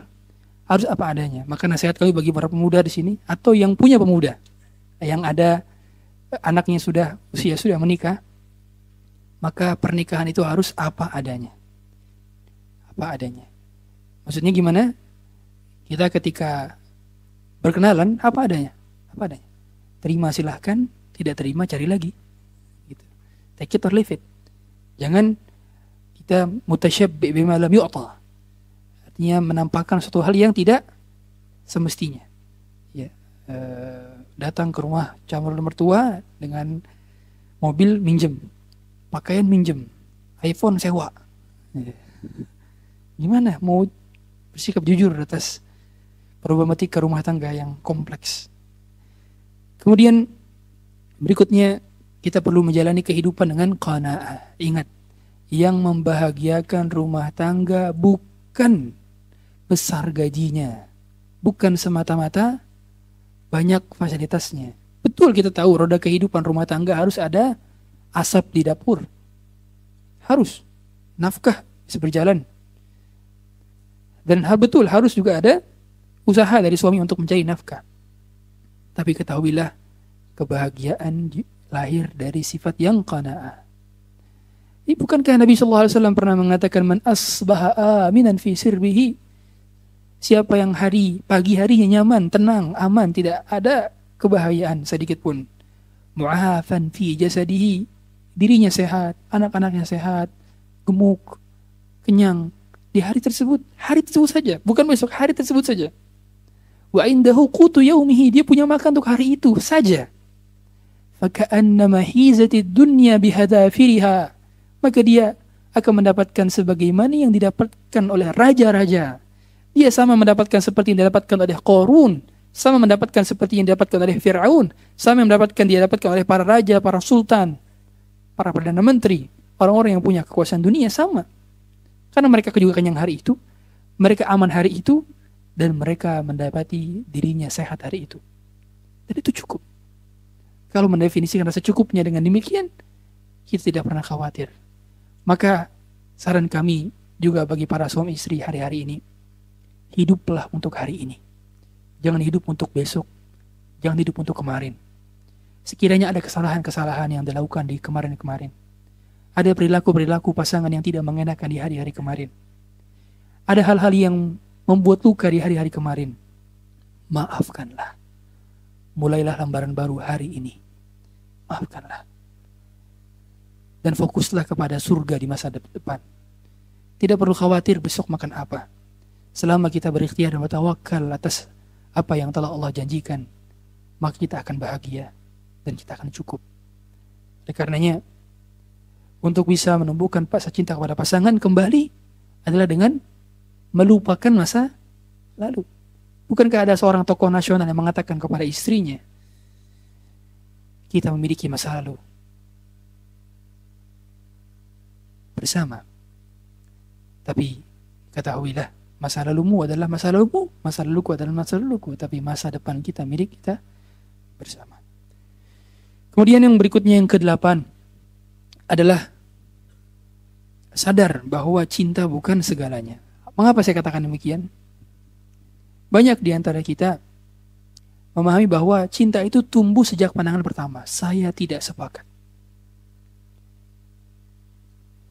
Love in the first sight. Cinta sejak pandangan pertama. Ini saya tidak sepakat. Terkadang di hari pertama kita berakad nikah dengan dia, belum tumbuh cinta. Belum tumbuh cinta. Bahkan ketika kita meminangnya, belum tumbuh perasaan cinta. Sekedar suka saja, belum tumbuh cinta. Tapi ketika tahu bagaimana khidmatnya kepada kita, bagaimana pengorbanannya kepada kita, bertumbuh cinta, mekar daunnya, tumbuh kokoh batangnya, mengakar kuat akarnya, tumbuh. Sehingga bukan segala-galanya cinta di awal. Saya belum mencintainya, Ustaz. Anda belum minta cinta kepada Allah. Tandanya, mintailah cinta kepada Allah. Dan dia bukan raja daripada segala-galanya. Anda tak bisa masuk surga dengan rumah tangga yang terkadang tanpa ada cinta. Terkadang tanpa ada cinta. Atas ada takwa saja kita mencintainya. Sehingga tumbuhkanlah perasaan cinta itu dengan meminta kepada Allah. Kemudian hubungan rumah tangga juga perlu ada saling mengalah. Jadi yang menjadi poinnya, sudah berapa sering mengalah kita hari ini. Bukan sudah berapa sering kita menang hari ini. Ya. Jadi ketika ada masalah rumah tangga, yang menang adalah yang ngalah. Bukan yang menang yang paling tinggi suaranya, yang kuat adu argumennya. Ngalah. Dan ini harus dimiliki oleh suami. Suami harus punya skill ini. Ini skill starter pack suami yang harus ada. Gak boleh gak ada. Punya skill sering mengalah. Sering mengalah. Yang waras, ngalah. Harus sering ngalah. Gak perlu debat, gak perlu banyak-banyak. Dah, iya. Cukup. Kemudian, yang berikutnya, jangan besokkan masalah. Jangan besokkan masalah. Kenapa saya katakan jangan besokkan masalah? Masalah hari ini untuk hari ini. Jangan masalah hari ini untuk hari besok. Artinya, kalau kita punya masalah hari ini, yang bisa diselesaikan hari ini, selesaikan hari ini. Dan tadi, tata caranya nggak harus adu argumen. Kadang bisa dengan makan bareng, ajak keluar bareng. Atau selesaikan di kamar, selesai. Apa yang bisa diselesaikan, langsung selesaikan. Ketika memang butuh banyak kesabaran, barulah dia harus paham bahwa dia tidak bisa langsung menyelesaikan masalah itu. Dan libatkan Allah dalam setiap masalah rumah tangga kita. Kemudian yang berikutnya, hormati orang tua pasangan sebagaimana kita menghormati orang tua kita. Hormati. Terutama para istri. Cobaan para istri adalah mertuanya. Mertuanya. Maka kebahagiaan suami itu bukan hanya ketika melihat istrinya salehah saja kepadanya, tapi juga melihat hubungan baik antara istrinya dengan ibunya. Itulah kebahagiaan suami juga. Maka perbaikilah hubungan dengan orang tua pasangan. Berkatalah baik kepadanya, sebagaimana dia yang membesarkan pasangan Anda, maka dia yang banyak berjasa kepada pasangan Anda. Maka jangan kita menghardiknya, jadikanlah dia sebagaimana orang tua kita juga. Kemudian luangkan waktu untuk berdua dan berusaha lagi untuk memanjakan indranya pasangan. Sebagaimana Abdullah bin Abbas radhiyallahu anhuma, setiap kali berjumpa dengan istrinya, dia berhias, memakai parfum, pakai pakaian yang bagus, memastikan setiap sudut tubuhnya itu wangi. Dan ketika ditanya, apa gerangan kau demikian wahai Abdullah bin Abbas? Kata beliau, aku mendengarkan firman Allah, walahunna mithul ladzi 'alaihinna bil ma'ruf. Mereka para istri memiliki hak yang sama atas suami. Suami punya hak untuk melihat pasangannya tampil indah dan rupawan, maka demikianlah pula istri memiliki hak untuk melihat pasangannya tampil indah dan rupawan, wangi dan nyaman untuk dipandang.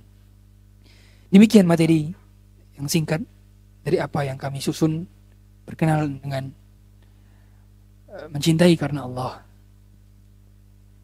agar pernikahan mengikuti teladan manusia terbaik Rasulullah SAW.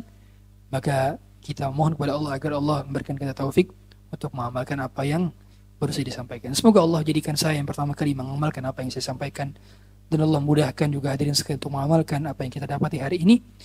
Dan kami buka sesi tanya jawab, dipersilakan. Wallahu a'lam. Ustaz, beberapa bulan kemarin dikenalkan oleh orang tua ke salah satu akhwat yang di kampung karena menurut orang tua dia yang baik, lembut, akhlaknya baik dan mandiri. Dan ketika anak menemui dia di keluarganya, anak ngerasa cocok baik dari fisiknya ataupun dari yang lainnya. Dan dari usia dia 10 tahun lebih muda dari anak. Hanya saja secara pemahaman ilmu agama masih umum, belum kenal sunnah. Sekarang anak jadi ragu karena sering lihat YouTube yang mengatakan bahwa kita harus menikah dengan yang semanhaj. Karena jika tidak, maka berat setelahnya. Mohon nasihatnya Ustaz. Hadirin wa Allah subhanahu wa ta'ala, yang perlu dipahami, kalau awam, tapi ada keinginan untuk belajar. Yang kalau dia belajar, dia mengamalkan ilmunya. Dia bukan umum yang mengikuti aliran tertentu atau sampai pemahaman tertentu. Yang dia awam saja, awam tapi memang mau belajar. Ketika diajak kajian mau, ketika belajar pun mengamalkan ilmunya langsung. Maka ini diterima saja, tidak ada masalah. Karena dia akan belajar sunnah sesuai dengan pengamalan terhadap sunnah. Jangan hanya cari yang paham agama. Ingat, sekedar paham agama bukan patokan. Saya ulangi, paham agama bukan patokan. Mengamalkan agama yang patokan. Karena banyak orang paham agama. Tapi mengamalkan agama tidak semua bisa. Mengamalkan agama itu adalah mengamalkan apa yang dipelajari dan dipahami. Setiap bertambah ilmunya, bertambah pula ketakutannya kepada Allah. Bertambah ilmunya, bertambah juga takwanya kepada Allah. Bertambah ilmunya, bertambah pula sayangnya, cintanya kepada pasangannya. Itu ilmu yang bermanfaat. Maka yang dicari bukan cuma sekedar paham manhaj, paham sunnah, tapi ngerokok. Paham manhaj, paham sunnah, tapi temperamen kepada pasangan. Banyak. Karena tidak mengamalkan ilmunya. Jadi manhaj, benar manhaj yang diamalkan, bukan manhaj yang menjadi status. Bukan manhaj yang lingkungan saja. Bukan manhaj statusnya di sosmed saja, bukan. Manhaj salaf itu pengamalan, bukan teori. Harus difahami tadi ya, menikah dengan semanhaj itu yang pemahaman dan pengamalannya selaras. Bukan pemahamannya saja. Karena banyak kami dapati ustaz suami saya sudah kenal sunnah tapi ternyata mukul. Ustaz suami saya sudah kenal sunnah tapi ngerokok. Ustaz suami saya sudah kenal sunnah tapi jarang mengungkapkan kasih sayang kepada pasangan atau jarang sama sekali perhatian kepada pasangan atau tidak memberikan nafkah. Kenal sunnah dari mana kalau gitu? Saya katakan kenal sunnah dari mana? Apa definisi sunnah menurut Anda kalau gitu? Apakah sekedar ikut pengajian fulan, pengajian alan? Apakah sekedar posting status Ustadz Manhaj Salaf saja? Bukan, itu bukan, sempit sekali pemahaman sunnah kita kalau begitu demikian. Pemahaman sunnah adalah pemahaman yang diamalkan. Itu pemahaman yang sesuai dengan sunnah. Maka lagi-lagi untuk bisa mengetahui dan tadi ya melayakkan yang kita anggap bahwa dirinya sudah layak menjadi pasangan adalah dia baik agama dan akhlaknya. Ingat Nabi SAW bukan lihat cari yang tinggi ilmunya, bukan. Tapi Nabi mengatakan idza ja'akum man tardawna dinahu wa khuluquhu. Bukan Nabi tidak banget dibikin bila datang kepada kalian yang tinggi ilmunya, bukan. Nabi mengatakan dinahu wa khuluquhu. Agama dan akhlak. Agama itu apa secara teori? Bukan. Agama itu pengamalan atas agama. Wa khuluquhu, dan akhlak adalah cerminan dari pengamalan terhadap agama. Maka lagi-lagi kalau seandainya dia diajak belajar dan diajak kenal sunnah, dia mau dan mengamalkan, maka tidak masalah diterima. Dan banyak kisah-kisah, subhanallah, saya kenal sekali ada teman kerabat saya, anak UIM. Jadi tentang ayahnya sama ibunya.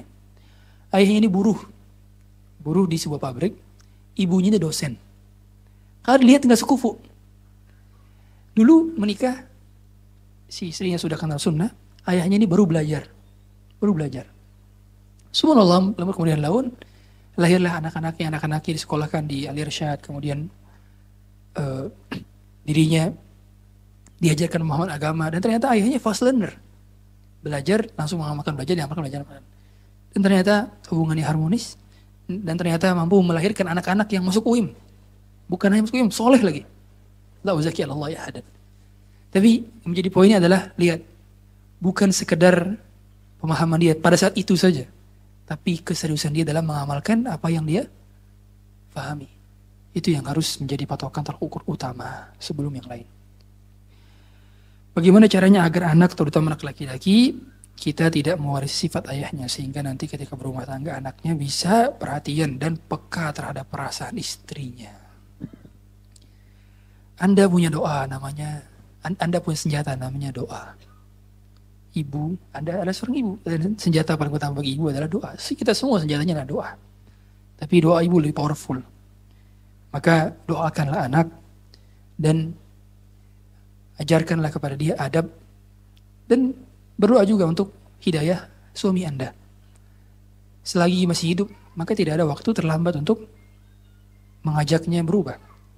Tentunya difahami bahwa perubahan pasangan bukan semata-mata karena kita. Bukan semata-mata karena sebab kita, tapi karena kehendak Allah. Maka mintalah kepada Allah yang membolak-balikan hatinya. Sehingga di awal-awal kita sampaikan kepadanya, jangan sampai jelek-jelekan juga ayah kepada anak-anak. Jangan jelek-jelekan pasangan kepada anak-anak. Ayah kamu tuh begini, kamu jangan seperti ayah kamu, enggak. Ibu kamu tuh begini, kamu jangan seperti ibu kamu. Ini akan membuat anak-anak tidak menghormati orang tuanya. Dan Anda telah mendidik anak Anda untuk durhaka kepada orang tuanya. Nggak boleh. Jadi sampaikan kebaikan. Mama, papa begini. Ya, tapi papa kebaikannya begini. Papa, mama begini ya, tapi papa kebaikannya begini. Jadi sampaikan kebaikan. Agar dia mampu meniru kebaikan. Dan katakan keburukan meskipun itu buruk. Dan katakan kebaikan meskipun itu dianggap buruk oleh orang. Maksudnya gimana? Jadi jangan sampai kita melegitimasi atau memvalidasi ini sebenarnya baik. Atau mencari alasan. Enggak, katakan buruk mesti buruk. Karena nantinya anak-anak akan memilih yang mana yang baik untuknya, yang mana buruk untuk dia. Dia akan tahu. Yang buruk ya tetaplah buruk meskipun semua orang menganggapnya baik. Dan yang baik tetaplah baik meskipun semua orang menganggapnya buruk. Kebenaran tetaplah kebenaran meskipun semua orang menghinanya. Dan kehinaan tetaplah kehinaan meskipun semua orang memujinya. Maka harus kita punya prinsip dalam mengajarkan anak, sehingga ketika dia melihat bapaknya masih merokok, disampaikan rokok itu buruk. Gak boleh dia katakan, ini rokok baik. Gak boleh. Ketika dia melihat ada hal yang tidak baik, maka kamu jangan ikut sisi ininya, tapi ikut sisi lainnya. Begitu. Sehingga anak-anak bisa memfilter pada dasarnya, dan lagi-lagi berdoa. Nabi SAW berdoa. Kita ada pemuda yang mau berzina, Nabi berdoa. Nabi mengatakan Allah, dan dengan memegang dadanya, Allahumma gfir dzambahu wa tahhir farjahu wa ahsin farjahu wa tahhir qalbahu wa ahsin farjahu. Ya Allah, ampunilah dosanya, bersihkanlah hatinya, dan perbaikilah kemaluannya. Ayo doakan demikian. Untuk menjadikan anak kita nantinya tidak akan berzina di kemudian hari, dengan doa demikian, dengan doa yang diungkapkan oleh Nabi sallallahu alaihi wasallam. Ada pertanyaan lagi? Baik Ustaz, masih ada Ustaz. Atau kita lempar dulu pertanyaan langsung dari silakan, Bapak-Bapak ya. Silakan Bapak-Bapak yang langsung mau bertanya. Iya, berdiri silakan Pak. Boleh tim panitia siapkan mic-nya.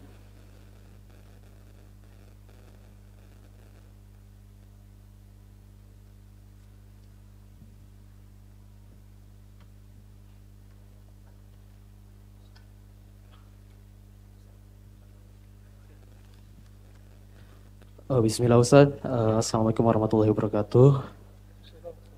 Sebelumnya perkenalkan Ana Abu Malik dari Bekasi. Yang Ana ingin tanyakan, kita kan harus mencontoh romantisnya Nabi Muhammad ya, dalam merawat cinta salah satunya. Kemudian di lain kasus juga ada Nabi kayak Nabi Nuh, kemudian Nabi Lut yang diberikan cobaan istrinya yang durhaka ataupun berkhianat. Haruskah kita mencontoh beliau dalam pernikahan? Misalnya kita menemukan case yang sama gitu dengan kayak Nabi Nuh, Nabi Lut, dan yang dicontohkan nabi-nabi yang sabar gitu. Apakah kita harus tetap bersabar menghadapi atau gimana? Jazakallah khair. Ya, barakallahu fiikum. Pertama, syariat-syariat umat-umat terdahulu itu tidak langsung otomatis diamalkan oleh syariat kita. Banyak hal-hal yang tidak diamalkan. Contohnya syariat Nabi Khidir. Nabi Khidir syariatnya membunuh anak-anak, melubangi perahu, apakah langsung diamalkan? Tidak. Bahkan oleh Nabi Musa saja tidak diamalkan. Berbeda syariatnya. Sehingga syariat kita adalah Rasulullah SAW, syariat umat Muhammad SAW.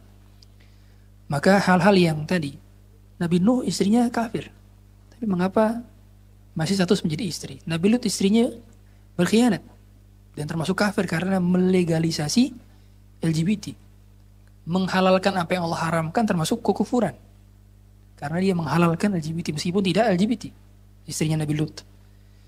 Begitu pula Asiyah yang masih beristrikan Firaun meskipun Firaunnya kafir. Dari situ difahami bahwa itu adalah syariat-syariat umat terdahulu. Tapi kalau case-nya sama, istri kita sampai kafir seperti kafirnya Firaun, seperti kafirnya istri Nabi Nuh, atau seperti kafirnya istri Nabi Lut, maka tidaklah kita pertahankan. Maka harus cerai. Kalau sampai tahap kafir. Tapi bila ada tahap yang masih bisa diperbaiki. Tahap misalnya adalah hal-hal yang masih bisa diperbaiki, tolerir, ya, dari sikap dia misalkan yang terkadang masih meninggikan suara, masih kita didik. Itulah tugas suami juga mendidik istrinya. Tapi bila sudah sampai meninggalkan sholat dan tidak lagi menganggap sholat sebagai kewajiban, atau sama sekali total tidak sholat, meskipun menganggap wajib tapi tidak sama sekali sholat, yang mana para ulama mengatakan dia telah keluar dari Islam, maka tidak pantas pernikahan itu dipertahankan. Artinya, selama pelanggaran tidak sampai pelanggaran kekufuran, maka hukum asal pernikahan adalah dipertahankan. Tidak gampang-gampang mengatakan cerai. Ada masalah dikit saya ceraikan kamu. Ada masalah dikit saya talak kamu. Enggak. Laki-laki gentleman adalah menaruh kalimat cerainya di dalam berangkas dia kunci. Dan dia baru buka ketika itu sangat dibutuhkan. Dia tidak mudah mengumbar kalimat-kalimat talak dan cerai. Karena dia tahu bahwa itu kalimat yang besar, berbahaya. Yang ketika diungkapkan tidak sesuai dengan kebutuhannya, maka kemurkaan Allah yang akan datang kepadanya. Sehingga harus hati-hati. Dan dari situ dipelajari bahwa pelajaran hikmah besar dari pelajaran kisah Nabi Nuh, Nabi Lut, kisah Asia, dipahami bahwa kita tetap bisa masuk surga meskipun pasangan kita tidak sempurna. Ya, ternyata Nabi Nuh punya pasangan rumah tangga yang tidak sempurna. Nabi Lut tidak punya pasangan yang sempurna. Tapi ternyata dirinya masih bisa masuk surga. Artinya kita harus pahami bahwa kebaikan pasangan kita itu atas taufik dari Allah. Nabi saja tidak mampu menjadikan istrinya masuk surga. Nabi Nuh tidak mampu menjadikan istrinya masuk surga. Artinya tidak ada jaminan kalau kita sudah soleh otomatis pasangan kita soleh. Justru ujian yang paling pertama datang dari keluarga. Allah Ta'ala mengatakan dalam surah At-Taghabun, ya ayyuhalladzina amanu inna min azwajikum wa awladikum aduwwan lakum fahdharuhum. Wahai orang-orang beriman, ketahuilah dari sebagian istri-istri kalian, sebagian anak-anak kalian adalah fitnah dan musuh bagi kalian. Maka harus banyak-banyak bersabar. Allahu a'lam. Suami saya kerap kali menghubungi masa lalu beliau, bahkan sering mengajak bertemu diam-diam, padahal beliau tahu itu haram dan sangat menyakiti hati saya dan anak-anak. Tapi beliau tidak bertaubat dan menyesali perbuatannya dan menganggap itu diperbolehkan.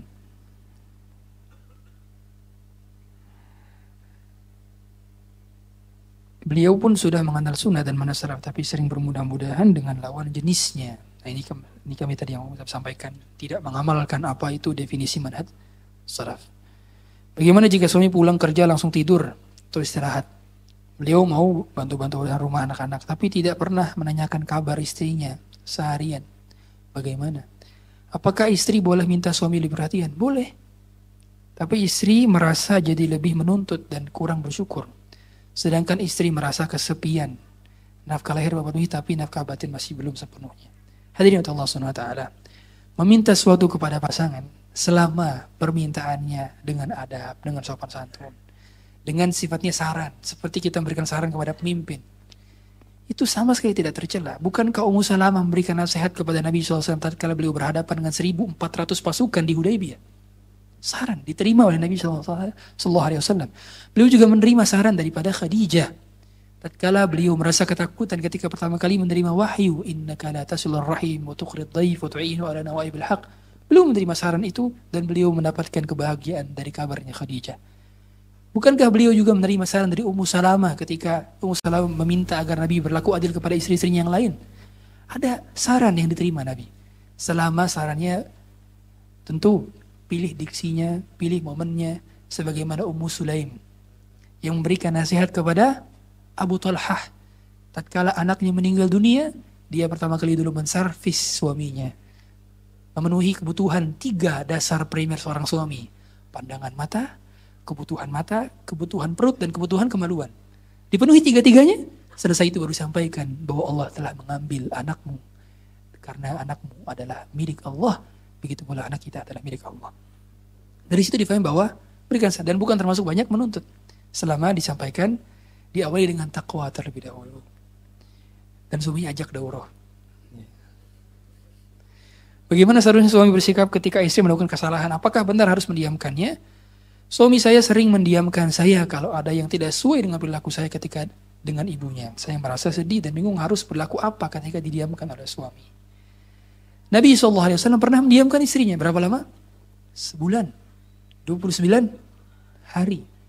Tatkala istri-istrinya menuntut meminta nafkah tambahan. Dan sempat ada penawaran cerai bahkan dalam surah Al-Ahzab. Ya ayuhan nabi, qul li azwajik in kuntunna turidna al-hayata ad-dunya wa zinataha fata'alayna umati'kunna wa sarrihkunna sarahan jamila. Wahai Nabi, katakan kepada istrimu bila kalian menginginkan nafkah tambahan, dunia dan segala perhiasannya, kemari aku akan berikan dan aku akan ceraikan kalian dengan ceraian yang indah.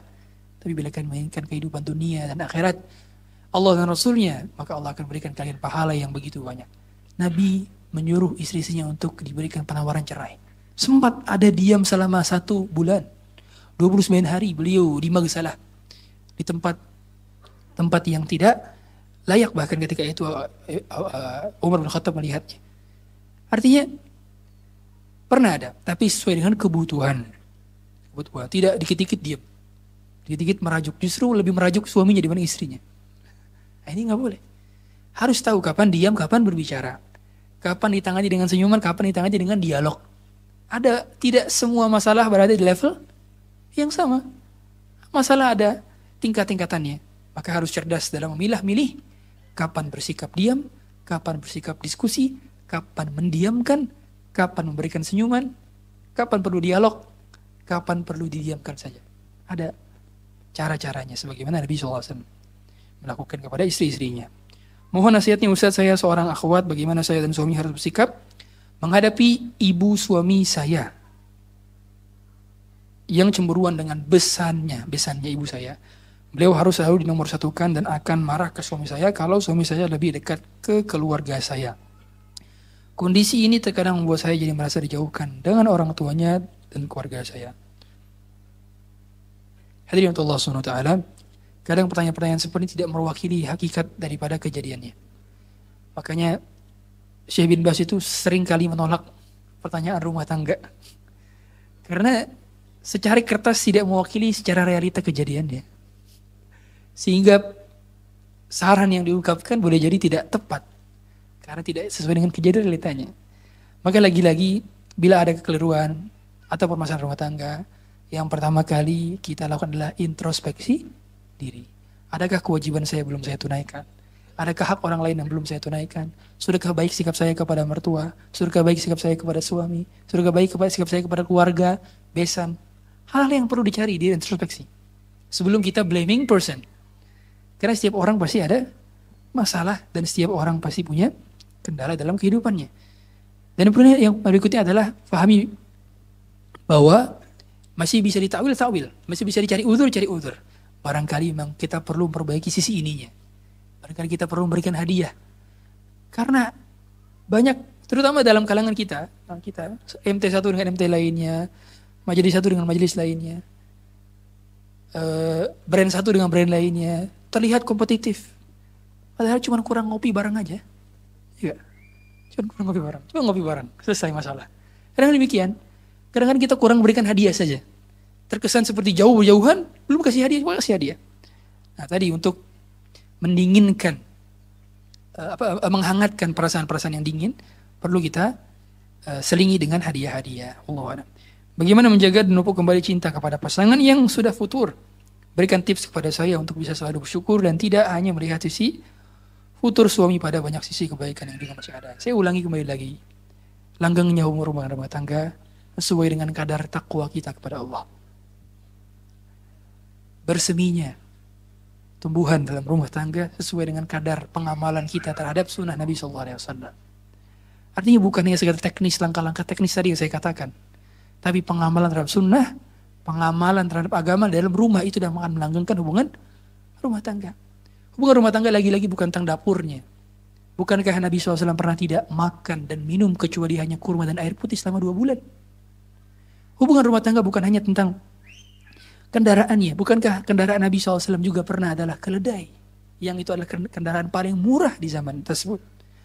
Hubungan rumah tangga bukan hanya sekedar tentang perabotan rumah tangganya. Bukankah perabotan rumah tangga Nabi sangatlah sederhana? Yang beliau tidur di atas tikar yang sangat kasar. Bukankah hubungan rumah tangga bukan hanya sekedar rumah megahnya, bukankah rumah tangga Nabi rumahnya mampu dipegang oleh tangan atapnya? Hadirin, hubungan rumah tangga tentang takwa, hubungan rumah tangga tentang pengamalan terhadap sunnah, hubungan rumah tangga tentang pengamalan kita terhadap agama, itulah hubungan rumah tangga yang dibangun. Maka tali ikatan kuat rumah tangga tidak akan bisa dikekalkan dan tidak akan bisa dikuatkan tanpa melibatkan Allah dalam rumah tangga.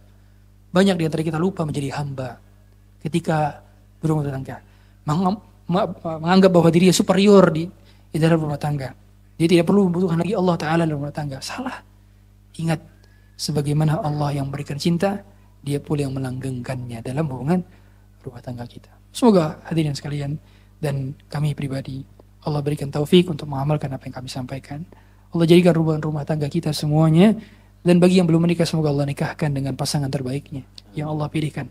Dan semoga Allah jadikan rumah tangga kita rumah tangga surgawi, rumah tangga dunia dan akhirat, indahnya, keindahannya mampu diceritakan kembali ketika kita berjumpa dengan pasangan kita di akhirat.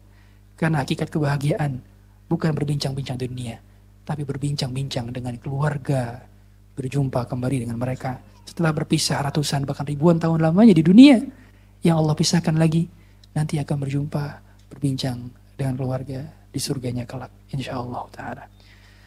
Demikian mungkin dapat kami sampaikan. Bila ada hal-hal yang kurang berkenan, kami mohon maaf karena berdasarkan kebodohan dan kekhilafan dari kami mohon maaf. Subhanakallahumma bihamdika asyhadu an la ilaha illa anta astaghfiruka wa atubu ilaik. Sallallahu nabiyina Muhammadin wa ala alihi wa sahbihi wa sallam. Assalamualaikum warahmatullahi wabarakatuh.